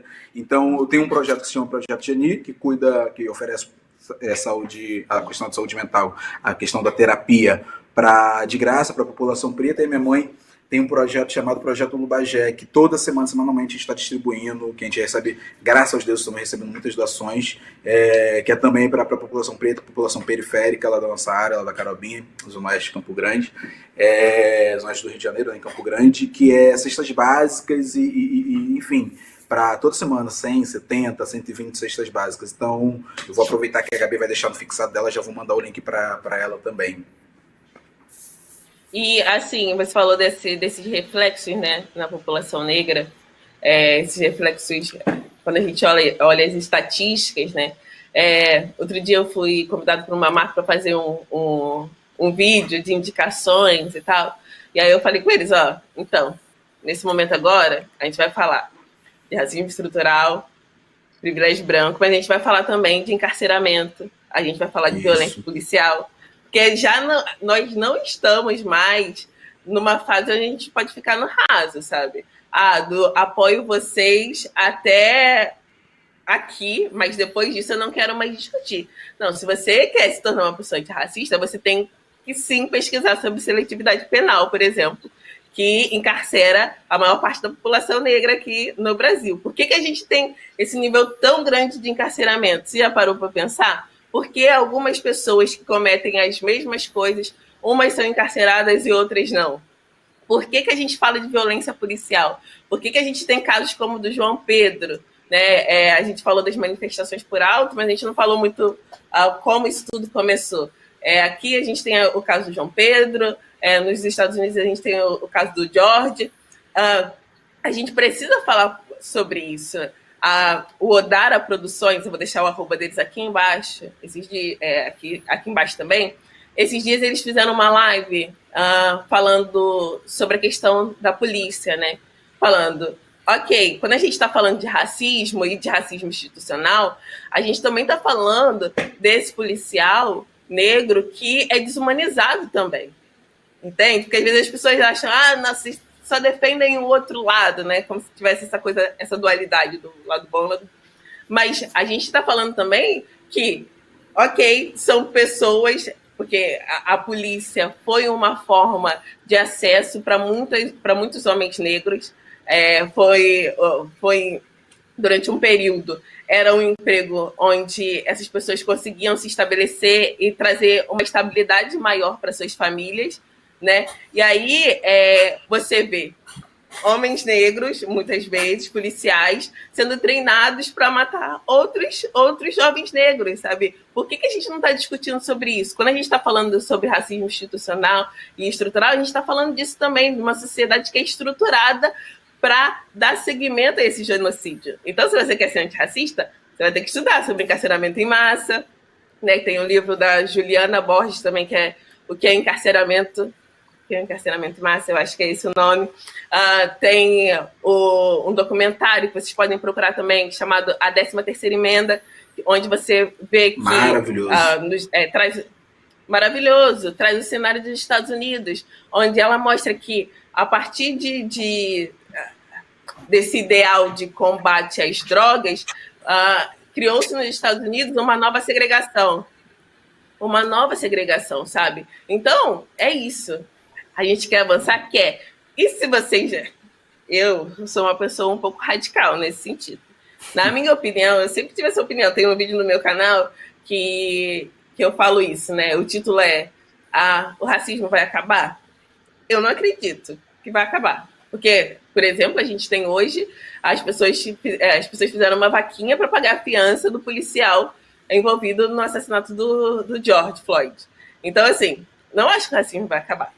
Mas o embate vai chegar. Em algum momento. Uma vaquinha que não foi uma vaquinha de 2 mil. Foi uma vaquinha de 750, se não me engano, $750 mil, que transpassado para reais deve ficar mais ou menos 9 milhões de reais. Mas... Gente, eu não sabia disso, gente. Ele foi solto com vaquinha. Foi, acho que ontem ou hoje. O diretor falou, tá zoando, dá 3 milhões de reais. Peraí, né, diretor? Foi uma piada, diretor. Ele tá zoando, falando que o dólar tá alto. Mas isso aconteceu, Felipe, isso aconteceu, acho que anteontem, um dos caras lá responsáveis também pela morte do George foi solto sob fiança. Acho que o valor é esse, $750 mil nos Estados Unidos. E uma galera fez uma vaquinha para juntar esse dinheiro para poder soltar ele. É muito assustador, é muito assustador. É muito assustador. Então, assim, o que você pensa do futuro? Eu gosto. O Lázaro às vezes falam umas coisas sobre o futuro e tal. Ele fala, então, eu me preocupo com o agora, entendeu? O que eu posso fazer agora, e aí o futuro a gente vai estruturando. Mas eu, particularmente, acho que se a gente continuar dessa forma, as coisas vão se intensificar ainda mais, porque é isso. Tem aquela coisa, né, do conhecereis a verdade e a verdade vos libertará. Eu acho que, para além disso, pessoas que se tornam conscientes, elas buscam libertação. E aí, quando você busca a libertação das opressões, você vive um momento de tensão, assim, de tensões. Por mais que seja com protesto pacífico, ou seja, né, com protestos mais intensos. Eu não gosto de falar violento, eu gosto de protestos intensos. Tensões vão acontecer até que as mudanças cheguem. Então, assim, eu acho que o futuro nos reserva algumas outras tensões, sinceramente. Tranquilamente. Eu queria te a opinião de vocês. Uma parada. Tá. Aproveitando esse gancho dessas últimas que partiu, né, aqui falando de rede social, que partiu naquele Black Tuesday, né, da terça-feira preta, e algumas pessoas de muito alcance, teve Paulo Gustavo, teve o Bruno, né, o Bruno Galhaço, uma galera foi abrindo perfis do Instagram para pessoas pretas ocuparem e jogar seus conteúdos e falar diretamente com o público dessa galera. A Tatá jogou a Linda Quebrada, que é uma pessoa maravilhosa, que eu sou super fã e tal. Eu queria te ouvir, Gabi, sobre isso. O que você tem a dizer? O que você acha? Você acha que gera uma eficácia? Você acha que tem uma importância? Então, foi com essa história que eu me eduquei em relação a dar voz, né? Dar voz e abrir espaço. Eu não sou uma pessoa empolgada com nada. Yuri, você me conhece bem, assim, eu sou sempre, tá, tudo bem, legal esse movimento aí, legal. Então, eu acho que assim como essa live aqui, é uma forma interessante de você conseguir alcançar novas pessoas. Mas eu acho que a gente, desde o início, precisa ter ciência que, a partir quando eu entro no Instagram de uma pessoa famosa e tal, eu acho que 70% daquele público, 75%, 80% não está interessado em ouvir o que eu vou falar, porque a pessoa está interessada naquela personalidade que ela segue, assim. Se eu abrir o meu Instagram pro Felipe, a pessoa vai ficar, tipo assim, né? Como assim? Eu sigo a Gabi, não sigo o Felipe. Então a gente já tem que lidar com essa... já tem que ter na nossa cabeça que essa rejeição provavelmente vai existir. Mas aí é isso, né? Quando a gente pensou nessa conversa aqui, a primeira coisa que eu perguntei pro pessoal do YouTube é com quem a gente vai conversar? Porque eu não tô lá, eu não tô disposta a ficar, sabe, naquele papel de vou educar pessoas, vou convencer pessoas. Não quero mais convencer ninguém, e eu acho que boa parte das pessoas negras já estão esgotadas nesse sentido. Elas não querem convencer, eu não estou aqui para te convencer, eu estou aqui para abrir um diálogo. Então, essa coisa de pessoas brancas abrindo o seu espaço para pessoas negras irem falar nos seus perfis, eu acho importante nessa coisa de abrir diálogos com pessoas que já estão interessadas, sabe, no assunto. Elas só precisam se aprofundar um pouco mais. Nesse sentido, eu acho muito positivo, acho que é uma boa ferramenta, mas mostra de novo, né, como o racismo ele estruturou tudo realmente e como as instituições, o algoritmo e etc. funcionam, porque é isso. Quando as pessoas elas precisam abrir espaço, porque pessoas negras não têm tanto alcance, já tem alguma coisa errada aí, né? Por que pessoas negras não têm tanto alcance? Eu fico no otimismo, só abrir um parênteses rápido aqui, fazendo um adendo, né? Eu fico no otimismo de, tipo assim, por exemplo, esses nomes que eu citei, são pessoas que eu acho que acredito, né, que o público delas ainda queira, de uma certa forma, estar inteirado pelo menos nesse assunto. A gente sabe, na real, como é que funciona.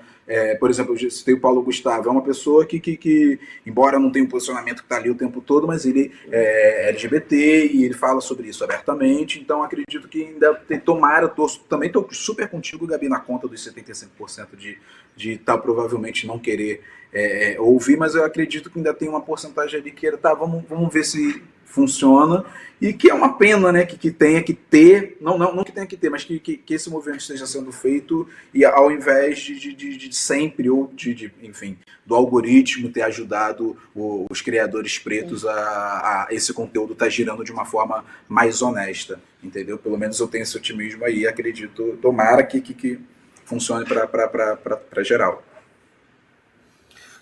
Eu, da minha parte, acho que eu estou hoje numa posição de privilégio absoluto em relação ao público que eu tenho, e eu quero sim poder abrir mais esse espaço, né? Eu já vinha conversando com o Yuri sobre isso já há um tempão, né, Yuri? Que eu vinha falando sobre essa questão de poder abrir o espaço não só do meu Instagram, mas do meu YouTube também.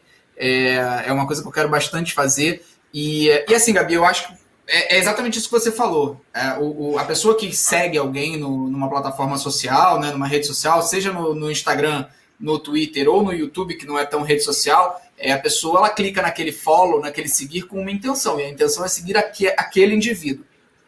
Porém, eu acho que há um percentual significativo de pessoas que podem começar a ter acesso a um conteúdo que, como o Yuri falou, o algoritmo não prioriza. E que essa pode ser uma porta, realmente, né, uma janela que se abre na vida de uma pessoa para conhecer um trabalho de uma pessoa negra que não teria o mesmo espaço, que não é tão favorecido assim pelos algoritmos. Como eu falei, né, dos 100 maiores canais inscritos do Brasil, 3 vêm de pessoas negras, e isso é um indicativo realmente claro enfim, do racismo estrutural que envolve tudo que você já explicou para a gente. E a própria audiência dessa live fala bastante. Eu estou acostumado a fazer lives aqui no YouTube, e agora eu falo abertamente para todo mundo que está assistindo. A audiência dessa live é uma prova significativa do desinteresse público em pautas raciais. Porque quando eu faço uma live aqui, se eu estivesse jogando um joguinho, se eu estivesse falando palhaçada, se eu estivesse peidando na câmera, ia ter mais de 150 mil pessoas simultâneas. E tem 15 mil. Isso é um indicativo claro, assim, inquestionável, do desinteresse das pessoas em ouvir questões que são fundamentais para o engrandecimento delas próprias. Elas não querem ouvir. E isso é muito decepcionado e chateado. Já passaram mais de 500 mil pessoas na live, é um número bacana, é ótimo a gente saber que muitas pessoas vão passar por essa live, vão assistir, inclusive, depois no canal da Gabi. A live, inclusive, para quem não sabe, vai ficar disponível no canal da Gabi, mas esse número de 15 mil pessoas simultâneas é um número que eu nunca tive em nenhuma live minha e que mostra muito de como funciona a mente das pessoas quando se trata de um assunto de pauta racial. E isso me deixa, enfim, embora eu esteja feliz com a quantidade de pessoas impactadas, acaba também me deixando triste. Essa é uma realidade, né, que a gente vive. E quando a gente fala, por exemplo, a gente tocou nisso no início e eu volto aqui. Mas se esse espaço é tão democrático, por que a gente não tem mais pessoas negras aqui? Porque esse espaço não é tão democrático. Eu nunca esqueço de um comentário que eu recebi logo no início do canal. E aí eu estava relatando, né, sobre a minha trajetória no YouTube, e um homem negro me mandou uma mensagem falando assim: eu comecei um canal desses de jogos, eu não entendo muito dessas coisas, de gamers e tal. E aí ele falou que quando ele apareceu, o canal dele estava crescendo. Até o dia que ele apareceu. E aí quando ele apareceu, ele começou a receber trocentas mensagens racistas, falando: nossa, esse neguinho aqui quer ensinar a jogar, esse preto, não sei o quê. Então, assim, olha a que nível. E quando eu olho, sinceramente, eu vou citar uma pessoa, o Yuri falou que ele que era ruim nessa coisa de citar nomes, mas eu vou citar uma pessoa que, para mim, é um pouco desse reflexo. Quando a gente olha a lista das pessoas que influenciam, né, os maiores influenciadores, a gente tem o Hugo Gloss, que eu sigo há muitos anos e gosto muito, mas que foi uma pessoa sem rosto por muito tempo. Então, até nisso, a gente vê como o racismo funciona muitas vezes. Talvez se a cara do Gloss estivesse com ele desde o início, ele não tivesse crescido como ele cresceu. Assim. A gente não sabe, entende? Um homem negro, gay, certo? Então, assim, por isso que quando a gente fala, é fácil, é só entrar, é só fazer. Quando você olha a média de canais no YouTube liderados por pessoas negras, você vê que os maiores canais, essas pessoas entraram já na fase adulta, não entraram na adolescência. Porque, sinceramente, eu precisei de uma trajetória de muito fortalecimento em relação à autoestima, ao ponto de chegar aqui e falar assim, criar e entrar no YouTube. Ok, vou criar um canal e vou botar minha cara lá. Não sei se isso aconteceu com você, Yuri, do tipo de virar a linha do que era esperado por você, sabe? Do tipo, não, você tem que fazer isso, isso e aquilo. Não vai arriscar em ser comediante, ou não vai arriscar em fazer piadas desse tipo, ou vai arriscar e botar sua cara, não vão te aceitar, sabe? Então, é um outro processo. Por isso que a idade de pessoas negras na mídia normalmente é muito maior do que de pessoas brancas. Elas entram na adolescência, sabe? Já estão com a autoestima mais estruturada. Quando você é uma pessoa negra, você precisa saber que quando você entrar, muito provavelmente, esse tipo de comentário, eles vão existir. Certamente. Eu recebi aqui no ponto para avisar para a galera que, como agora no domingo vai ter a parada LGBTQI+, a gente tem um recadinho especial da Nathalie Neri, não é isso, ô, direção? Me corrija se eu tiver falado o nome errado, por favor. Nathalie Neri é pansexual e tem um recado para dar, então pode colocar aí na tela. Olá, meu nome é Nathalie Neri, eu sou youtuber, falo no meu canal sobre moda e beleza consciente, veganismo, relações de gênero e raciais. Como vocês devem saber, nós estamos no mês de junho, um mês muito importante para a comunidade LGBTQIA+, que no Brasil ainda hoje encara violências cotidianas e sistêmicas. Assim como a mulher negra lida com duas opressões ao mesmo tempo, pessoas negras não heterossexuais não conseguem se descolar da sua negritude quando estão sofrendo LGBTQIA-fobia. Homens negros, gays e bissexuais são objetificados, mulheres negras trans são desumanizadas ao extremo e homens trans negros experimentam uma massiva violência policial. Da mesma forma que mulheres negras, lésbicas, bissexuais ou pansexuais como eu experimentam constante objetificação ou total dessexualização em seus relacionamentos interpessoais. Todos esses debates são fundamentais e constantes. Mas o mês de junho vem lembrar a gente que é fundamental interseccionar e cuidar também da vida de todos os LGBTQIA+ pretos que estão por esse Brasil. Por isso eu te convido para assistir a nossa hashtag ParadaSP ao vivo aqui no YouTube às 14 horas nesse domingo. Nós vamos ter um dia inteiro de lives com muita informação, shows incríveis e principalmente orgulho de sermos quem somos. No Bacana. domingo vai acontecer uma live, né? Eita, acho que eu cortei. Cortou? Não. Estão me ouvindo, vocês? Estamos te ouvindo bem. Tá, ok. Então, no domingo vai acontecer uma live no canal da Nathalie, Diva Depressão, Lorelai Fox, e vai ser a transmissão da parada LGBTQ+. E aí, de 2 às 10, e essa é uma questão que eu lembrei enquanto estava passando o vídeo da Nathalie, que as pessoas trouxeram para mim nas minhas redes, né? Que enquanto aconteciam as manifestações lá nos Estados Unidos, né, uma mulher trans chamada Iana Dior foi agredida por uma multidão. Então, assim, essa questão de pontuar e de trazer também, né, de dar visibilidade, de dar espaço para as pessoas negras, LGBTQI+, ela é muito importante. Mulheres trans têm taxas gigantescas de abandono e de situação de vulnerabilidade, são colocadas em situação de risco muitas vezes. Então, muitas vezes o único caminho apresentado para elas é o da prostituição, porque não encontram espaço em outros lugares. Então, a gente precisa trazer essa temática também. Os meninos só ficam...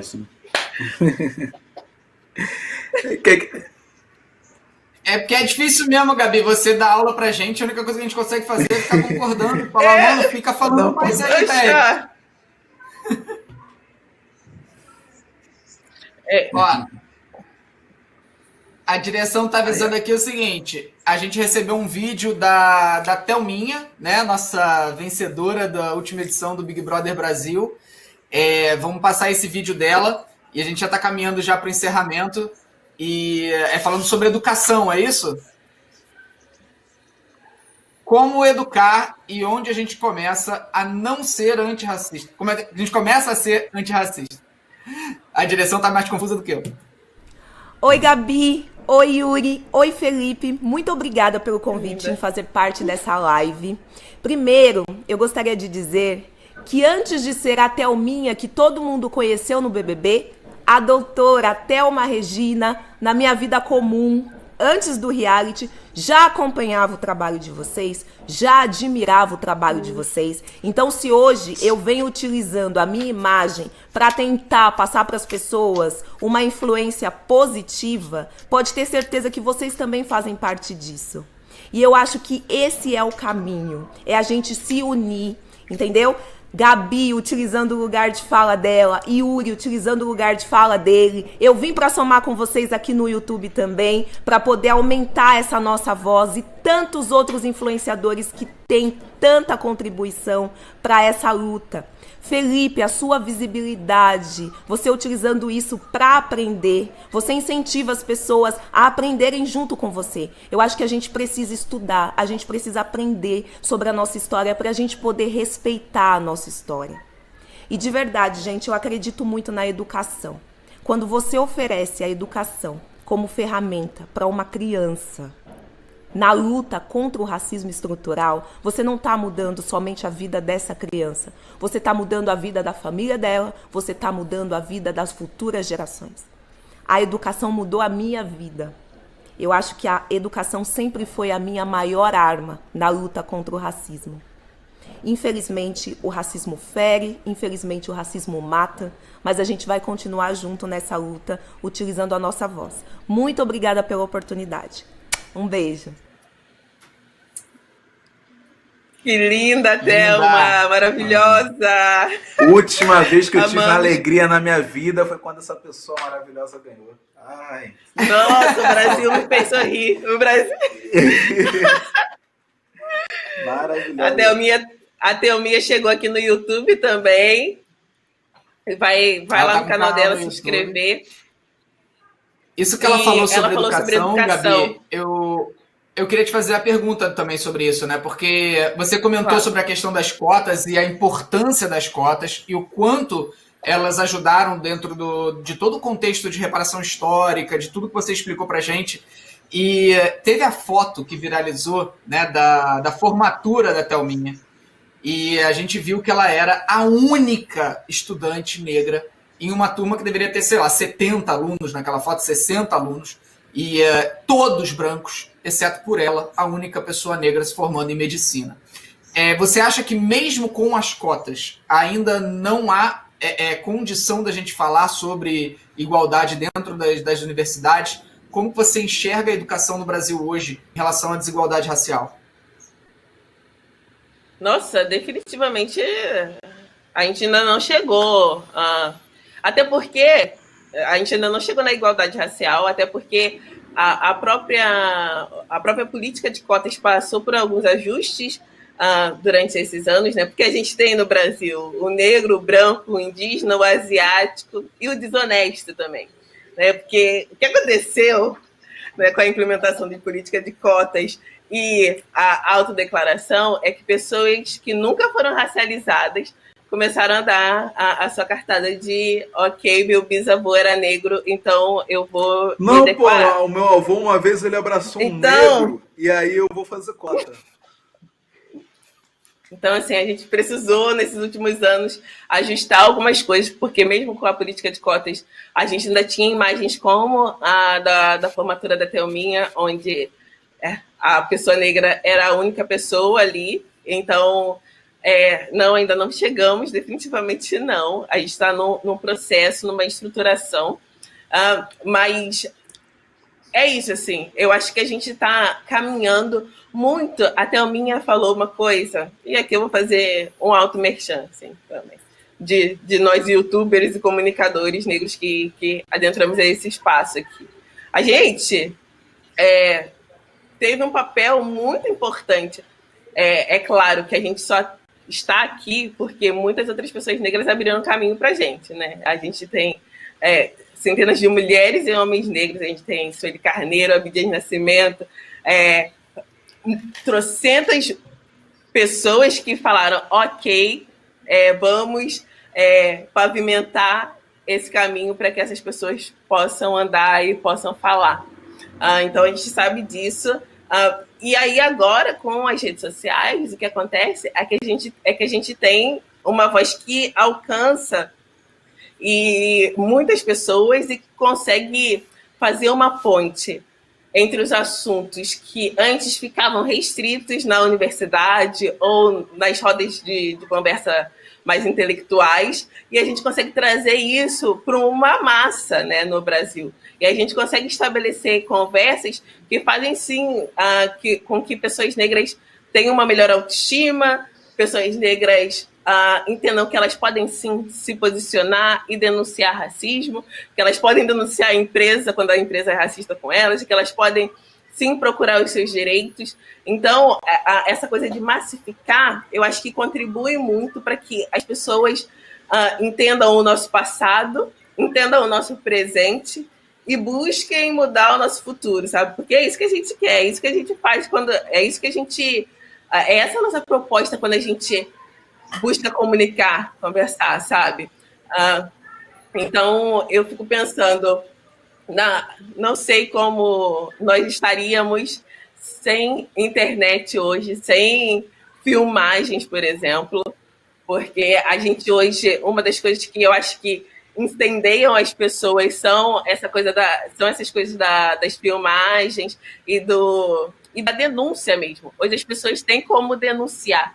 Quando a gente vê o assassinato do George Floyd, quando a gente vê a casa do João Pedro toda fuzilada, a gente nasce na gente os sentimentos de raiva, de indignação, e que são sentimentos que eu não coloco no bolo do ruim. Eu não acho raiva ruim.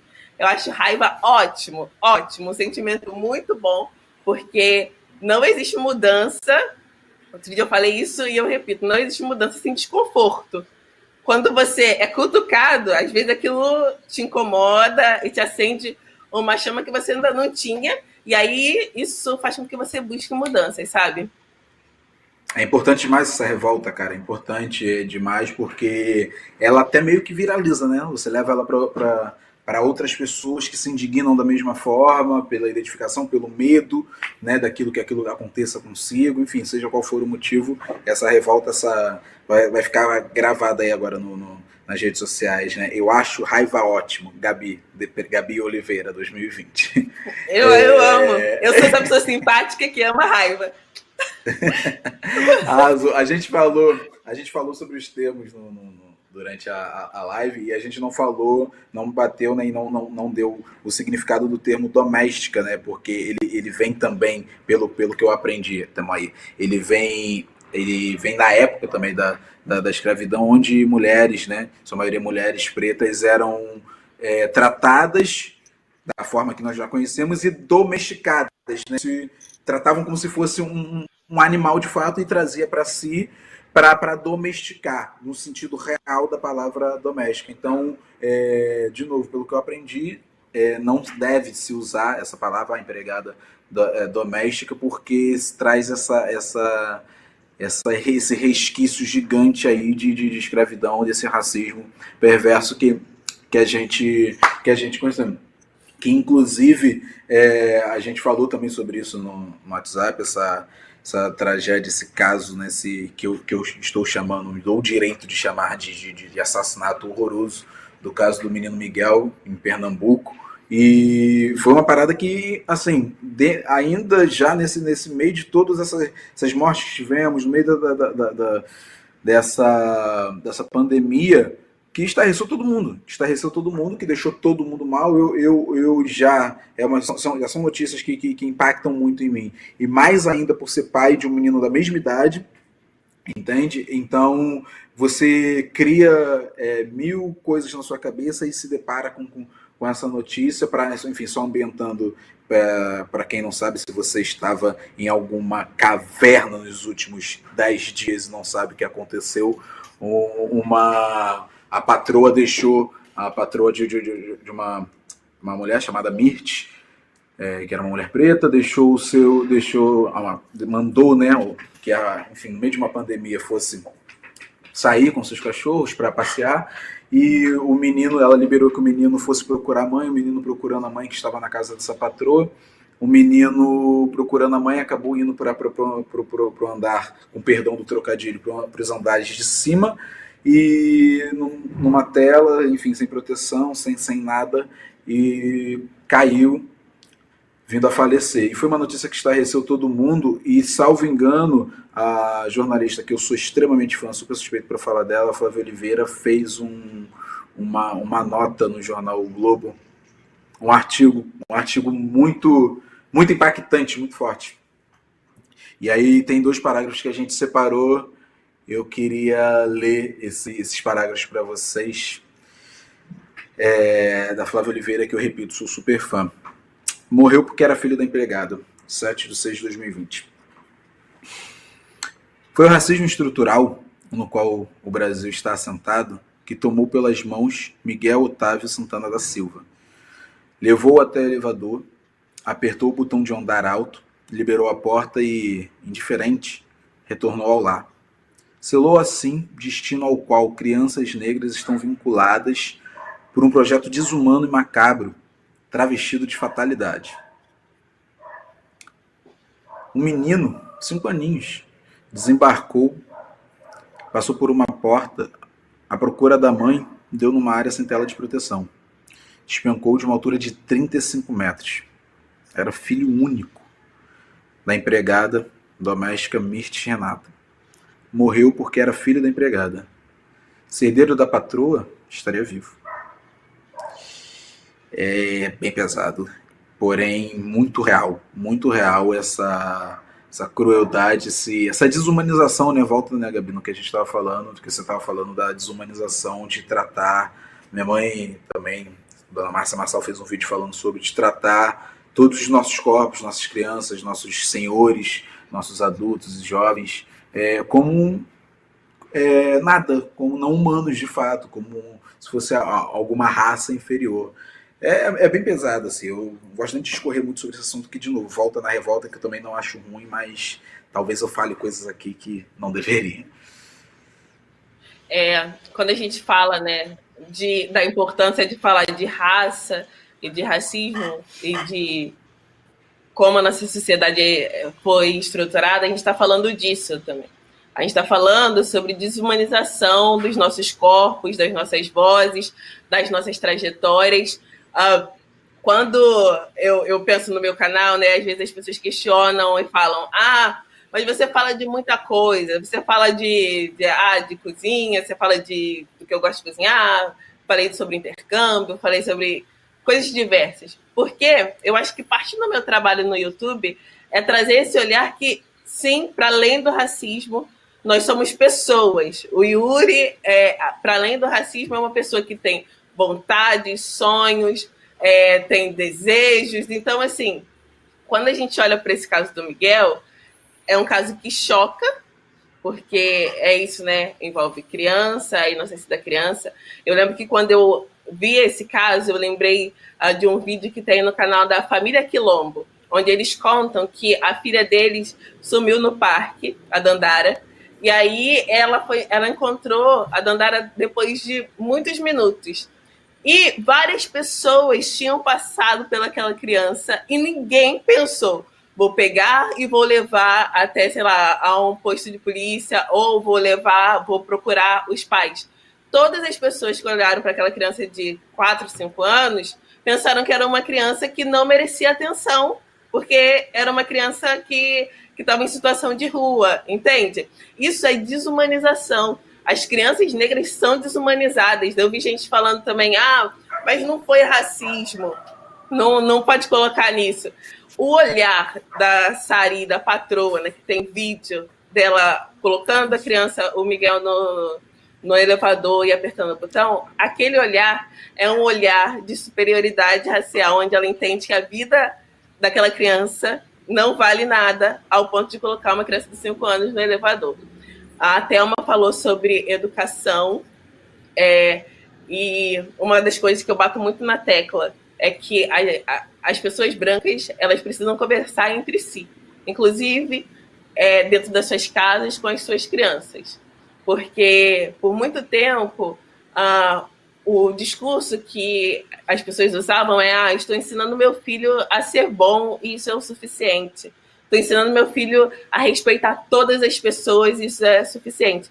Só que a gente sabe que não é. Eu já perdi as contas de quantos relatos que eu recebo de crianças, de mães contando sobre o racismo que as crianças enfrentaram na escola através de outras crianças.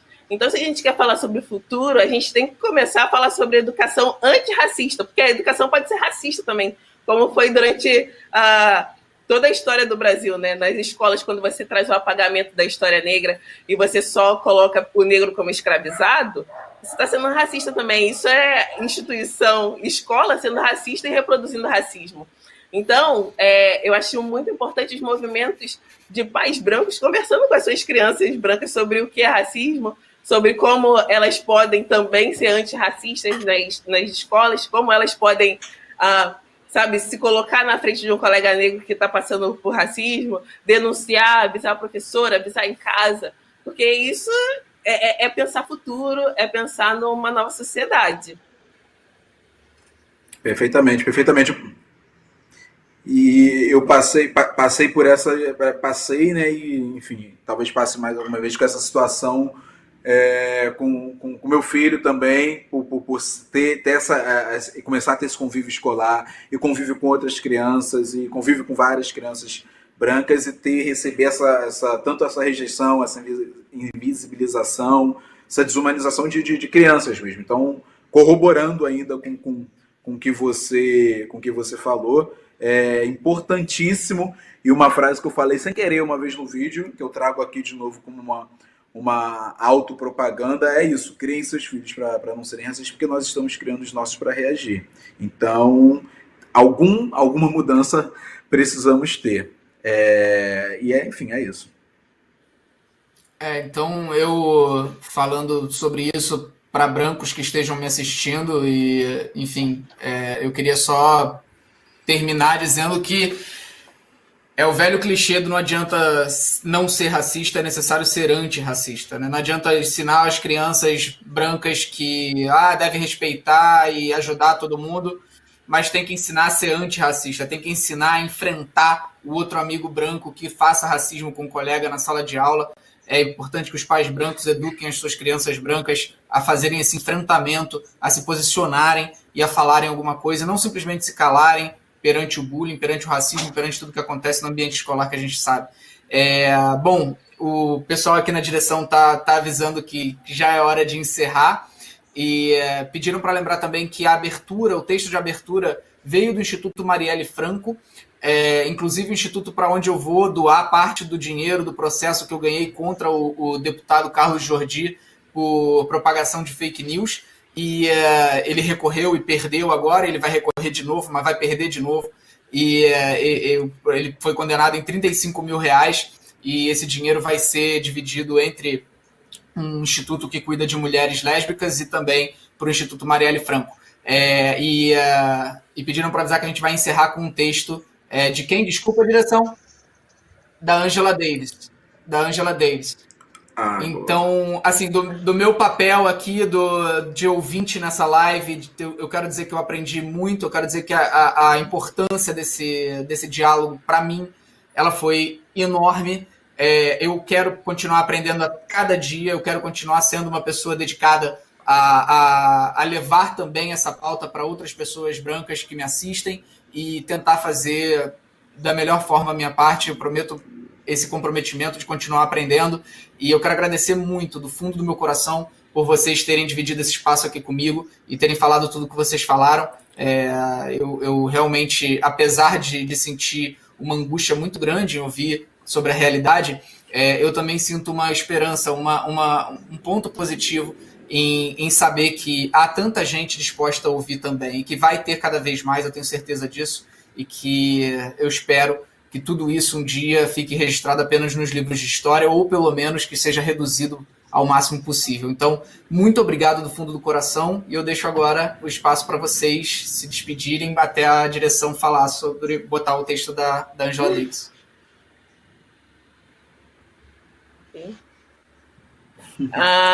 Então, gente, eu agradeço a audiência, eu espero que vocês tenham gostado. Eu acho que valeu a pena, né?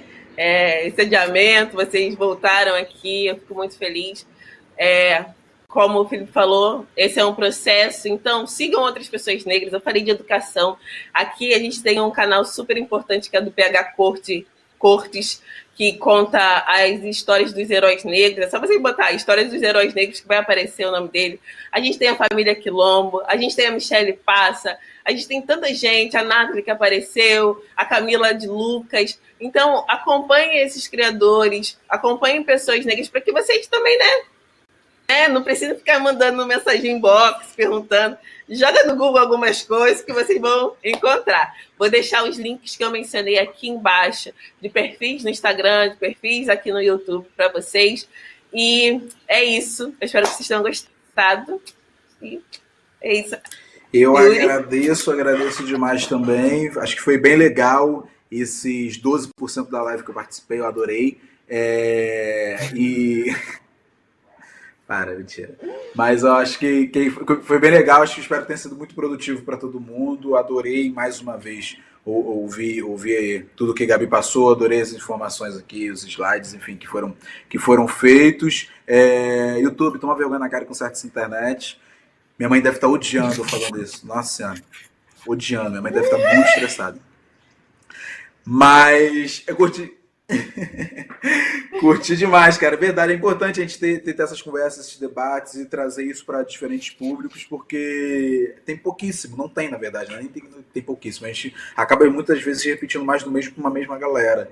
Então, alcançar outras pessoas assim, eu acho que é sempre importante. Espero que tenha servido de algo. Acompanhe as redes sociais das pessoas que Gabi citou. Tem várias pessoas, principalmente no campo da educação aí, que vão contribuir muito para isso. E vamos agora para o nosso texto de encerramento aqui. E super tchau, galera. Obrigado. Valeu, Tchau, galera. gente. Foi um prazer.